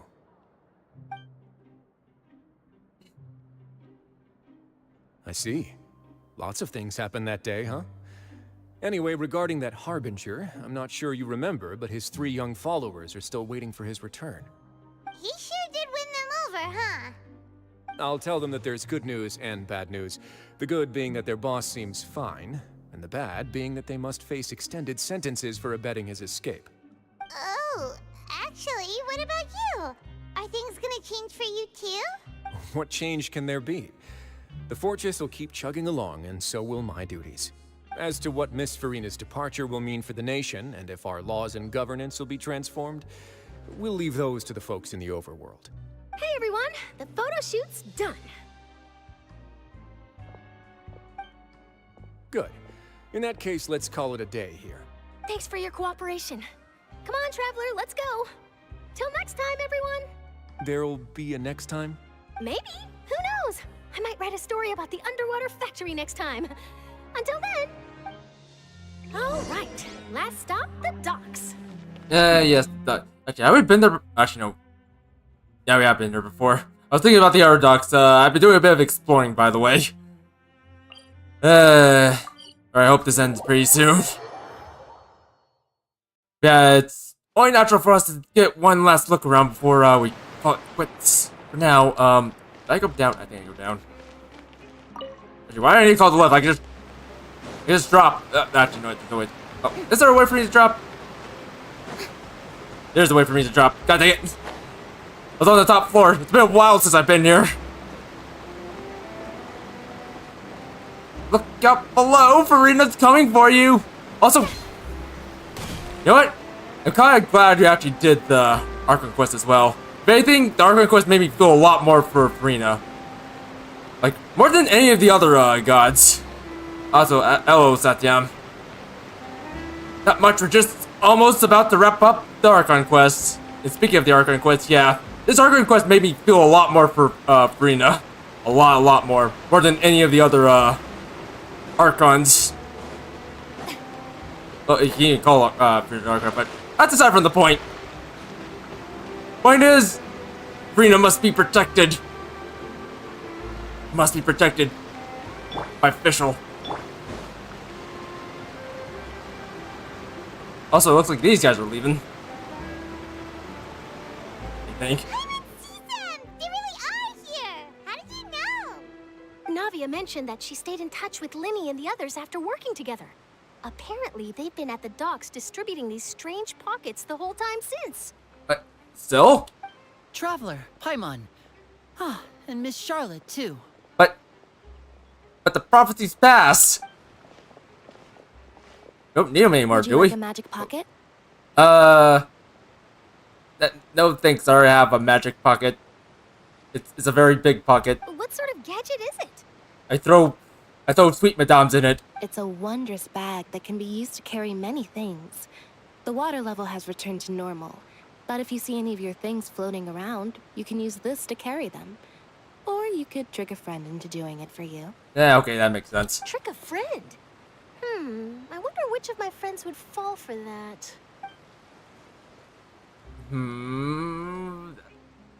You could just make a friend like Fremine here.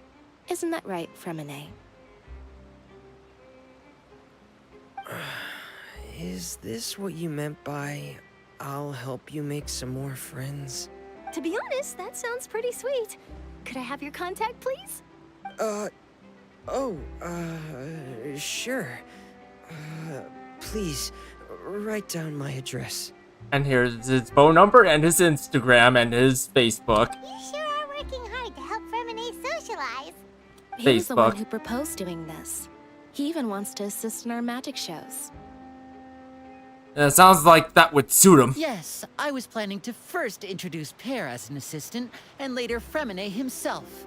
In the future, I think we can leave underwater escape magic to him too. That said, would anyone want to see a diver escape underwater? Oh, it'll work out. Every journey begins with the first step. He'll become a part of our show eventually. Lynette, could you come over? Miss Charlotte says she wants to take a picture of us. Got it. My, that Charlotte is rather perceptive. She got rid of everyone the moment she realized I had something to say to you. So, how have things been, Traveler? I'm doing alright. Father says that you did a great deal during the latest events. She's very grateful for your contributions to Fontaine. That's alright. We were more than happy to help. So, what's she doing now? Oh, I guess you haven't heard. Well, after Lady Furina left, Father and Monsieur Neuvillette opened negotiations, during which he gave Fontaine's Gnosis to her as a diplomatic gift. Oh, okay, I see. That's what happened to the Gnosis. I wish we got to see the Gnosis, or did we get to see the Gnosis? I don't remember too well. Actually, you know what? Now I think about it, I don't think we ever saw the Gnosis. Well, hopefully we'll see it one day. Actually, come to think of it. Did I already see Sumeru's Gnosis? A diplomatic gift? A gnosis? Yes, I was quite surprised at first myself. But when I thought it over, there were actually a number of things going for it. It could have been done as an apology for the incident with Lord Child, or as thanks for his help in tying the all-devouring narwhal down. Furthermore, Father did also lend significant aid to Fontaine and Poisson. That's true, but this is a gnosis we're talking about. Doesn't this seem a bit irresponsible? I would agree, but I've also heard that it seems that Monsieur Neuvillette has had a significant change of heart regarding the matter. And change in power. So there's some reason for this that only Neuvillette knows about? I suspect you'll have to ask him about that yourself. Ah, yes, speaking of which, I did see him strolling around the entrance to the Fortress of Masquerade a while back. Isn't he real busy and stuff? Paimon didn't think he'd have the time for that. But back to the topic.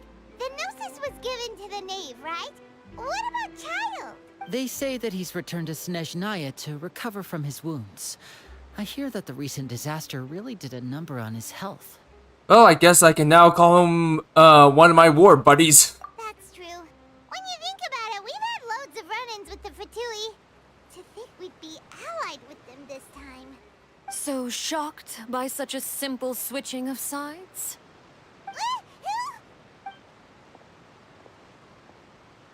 Father! Well, well, what do you know? Come to the docks to see how my children are doing and meet the Traveler by chance. Please do not pay my accomplishments in Fontaine too much mind. I would have done them regardless. Are you going to take the Gnosis back to Snezhnaya? That is our duty as Harbingers, yes. Don't be too preoccupied with sides. The goal of the Fatui concerns not a single place or person, but the entire world. With such a grand goal in mind, it is inevitable that we must wear many masks. Switching my masks is something I've always done. Will you keep to your position? Well, that depends on many things. No one truly knows what the future holds. What good is honesty if you can't rely on it forever? As for you, I very much look forward to our next collaboration. Good things cannot be achieved alone, and you've proved yourselves to be great partners. Actually, I remember something. Please help us deliver this. It's, Guild gave it to us. A vision? Give it. All right. I'll remember to return it. Thank you for keeping it safe for him this entire time. Yep, make sure to give it to Chilled and no one else. Also, hugs and kisses for him. That's a wrap for me. Huh? You're... Greetings, Miss Journalist. Hello. If I'm not mistaken, there are diplomatic channels I'll need to report to take a photo of you. That is correct. So forgive me, but I will not be able to serve as a subject in your article. However, feel free to write as much as you'd like about our dear magicians and our upcoming rookie talent. I will. The sea breeze is quite pleasant. I shall continue my walk while the weather remains so agreeable. Farewell.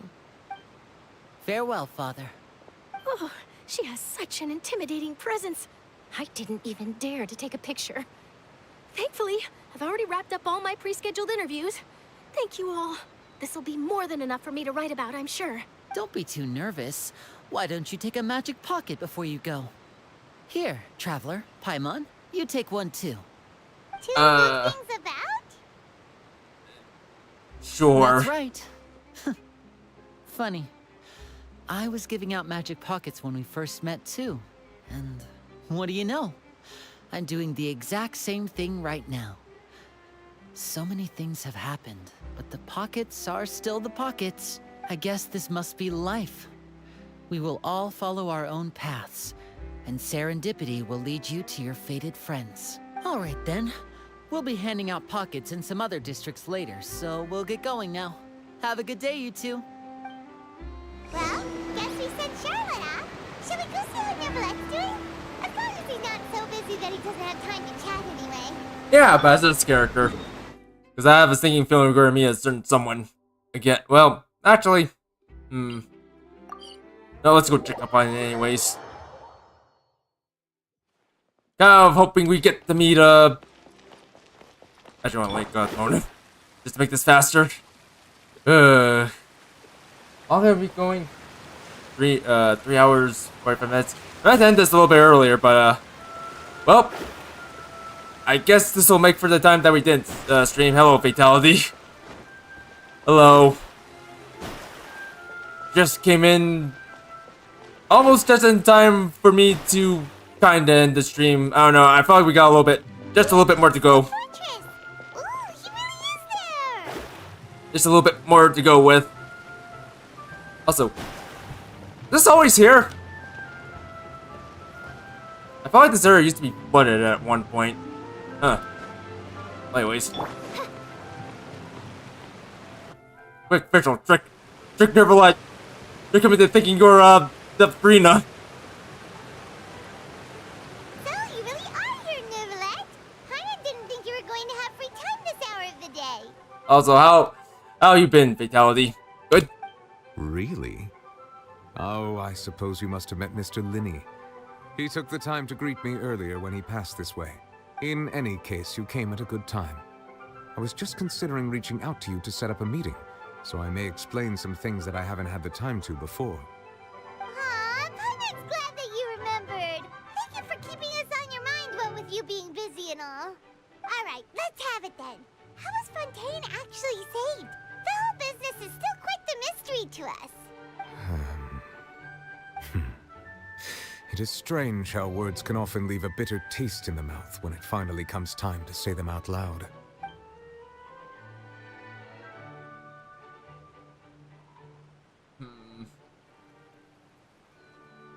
Yeah, by dying. Whoa. So that's what happened?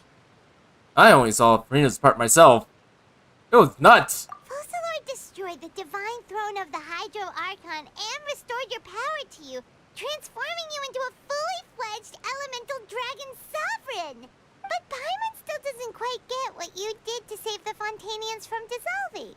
For me, the authority of the ancient dragons refers to absolute control over the hydro element. Oh. Fontainians were incomplete humans born of Egeria's use of the power of the primordial sea, with constitutions similar to that of mimics. But so long as those primordial energies remain within them, I could use the ancient dragon's authority to grant them true blood, after the fashion in which life was first brought into being on this planet. In other words, when I gave my verdict, Fontainians became true humans, and thus would naturally no longer be dissolved by water from the primordial sea. Wait, would that mean they're safe? Focalor must have counted on you to make that decision as well. Your verdict was the key to making the prophecy appear to have come true while saving everyone. Like, they from the primordial sea? Also, that the Fontainians are finally truly born. Yeah, and in a manner of speaking, Focalor finally managed to fulfill the original Hydro Archon's wish to turn Oceanids into real people too! It seems from your expressions that you still have more things you wish to ask. Ask away. I will tell you the truth as I know it.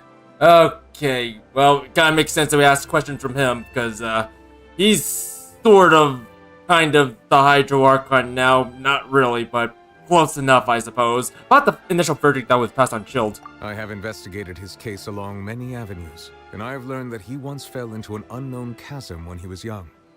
There, by chance, he awakened the all-devouring narwhal. Okay, we knew about that. But whether it be by sentiment or reason, that should not have been enough to consider him the root cause of the disaster.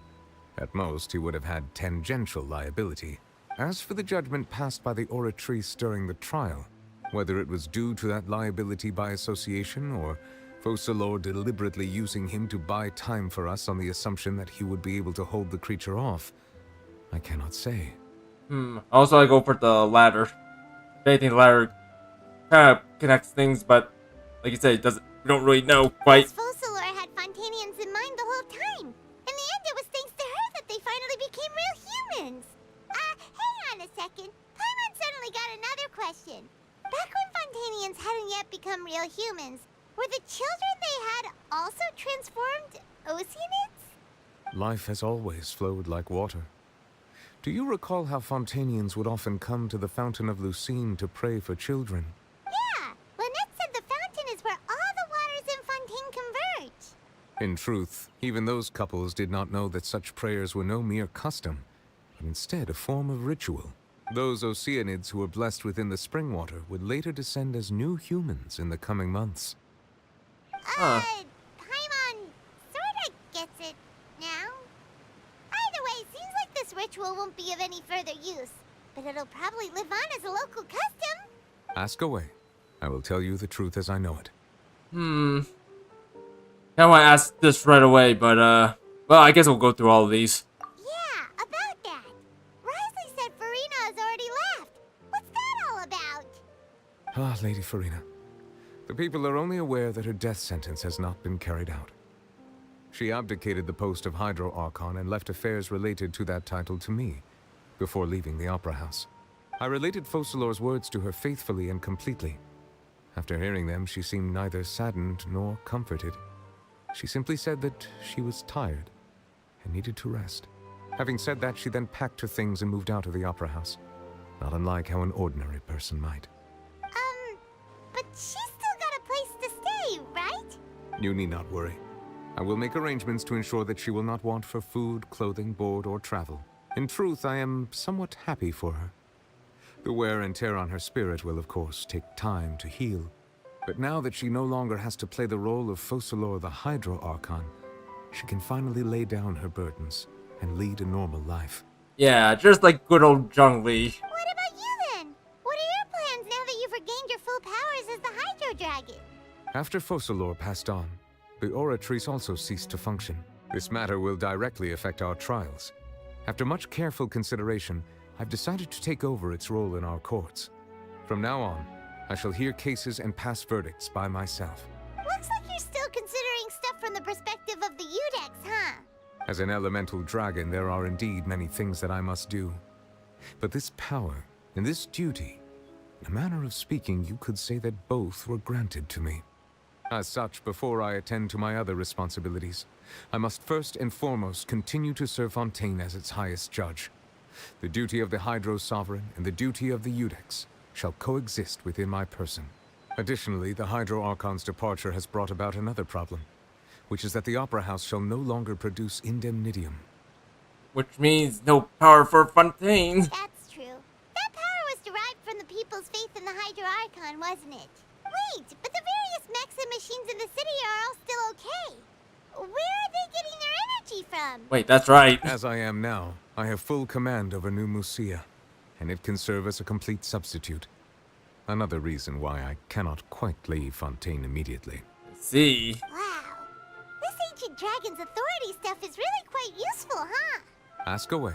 I will tell you the truth as I know it. Yeah, about Fontaine's notes, I'm actually pretty curious about this.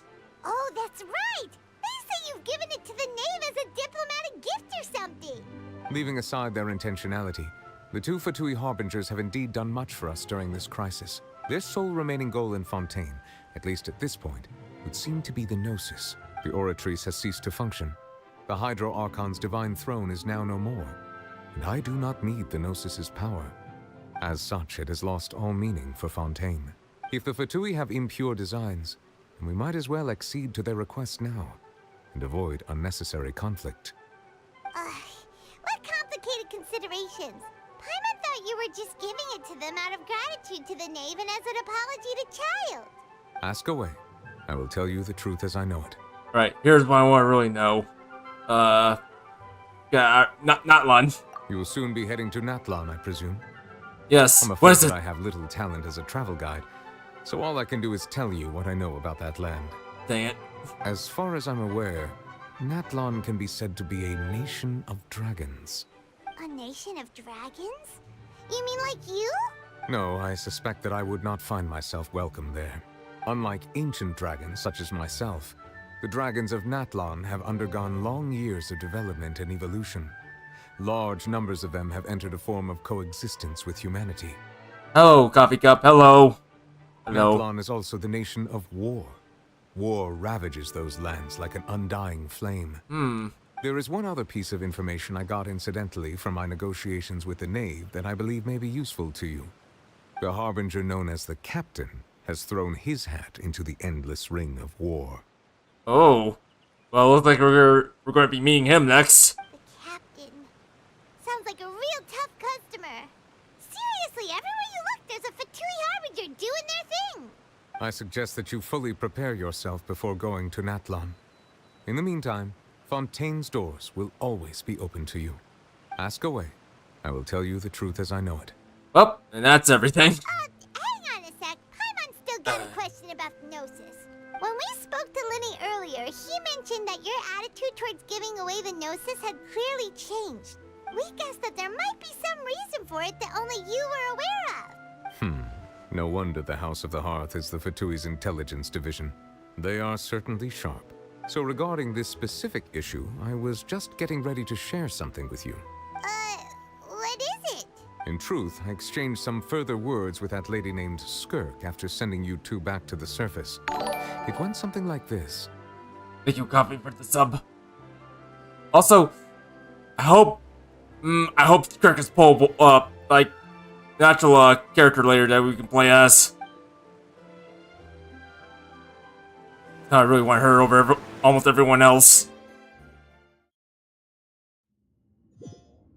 Also, oh, cutscene. Well, we're going to head topside to see what's going on. You hurry over soon as well, all right, Nervalet? What next? The all-devouring narwhal isn't here, so I'm no longer getting any interference. Must pull for her. I can finally catch the scent of your power, what it's made of. It is the authority of the planet's primordial dragons, but with something very similar to a god's curse mixed in. It's quite a novel blend. I'm sure I've encountered something like this before. What was it again? I do not know what you speak of. Ah, of course. How could I forget? You should have the remains of the third descender on your person, yes? Remains? I've never heard of any such thing. Huh. According to your parlance, I believe it may be called a gnosis. Well, that much is true. After Focalor's divinity faded, she handed her gnosis to me. But I fear I have never heard of it described in the manner that you just did. I've been training with my master, the Fowl, ever since I was young, and I have never returned to the surface since. So most of the information I possess, I got from him. It is only natural for those who are greater than humanity to possess a different sort of common sense, which is why there are so many problems in our attempts to communicate with humans. Regardless, you should probably get rid of objects of misfortune to prevent any disasters from befalling you. To live in itself is a blessing. But once a person dies, the bonds he once had with this world shall all turn to curses. What do you mean by that? No need to fret. These are just my personal thoughts. And my reason for no longer wishing to return to the surface. This third descender you refer to, who are they?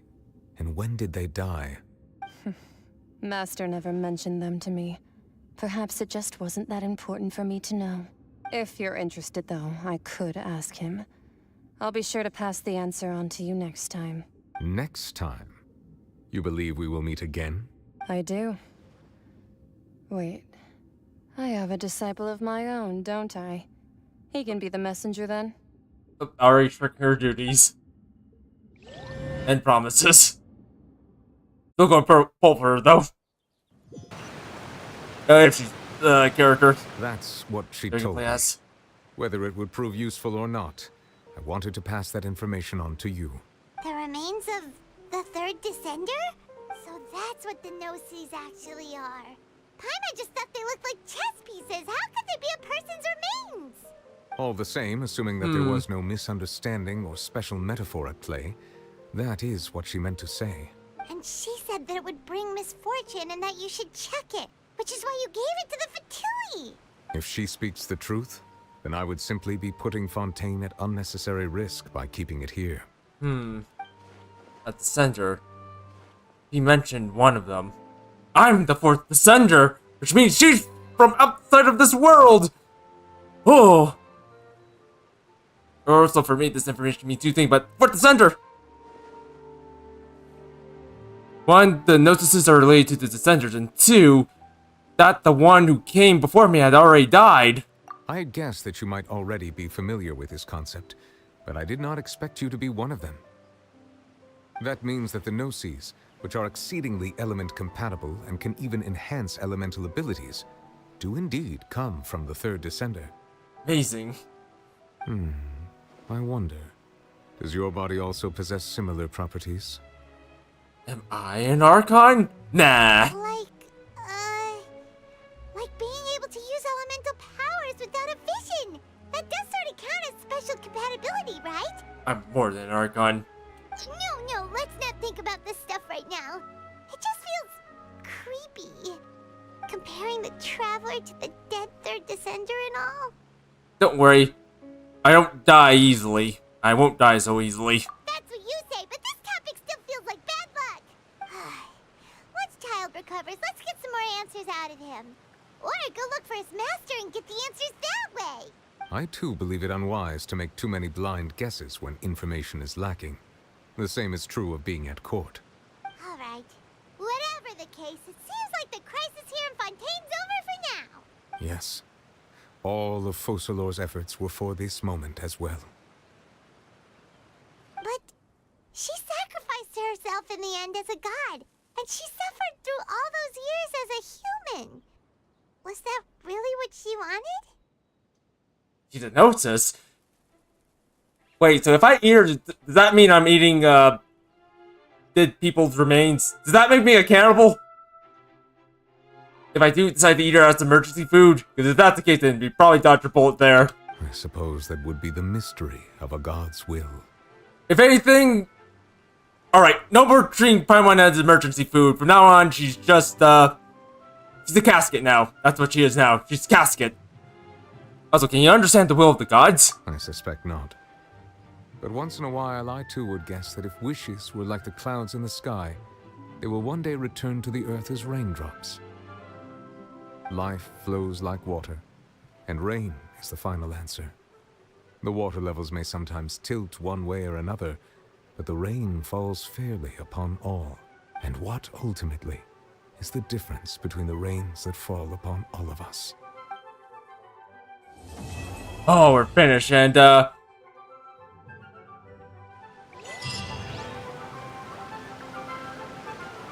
where's my friend?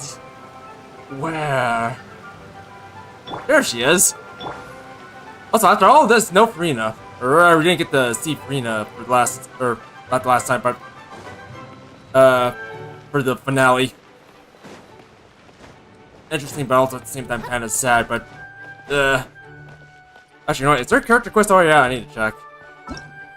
Yes it is. You know what? We're gonna be doing this one later. But for now, I think we're just gonna end things off here.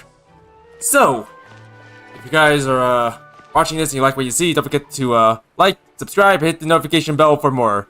Do it for official, but mostly, do it for Furina. She needs it. She earns it.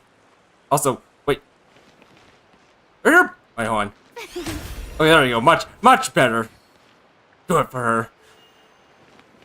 Also, feel free to leave a comment in the comment section down below. But anyways. Oh yeah, one more thing. We do have a Discord, by the way. If you want to join in just to hang out or keep up to date with the schedule, feel free to join. Again, Discord link is down below in the description. So without further ado, I think we're gonna call it quits for now, and just probably almost the longest I've streamed so far. But anyways, yeah, this is Thank You signing off. Bye, everyone.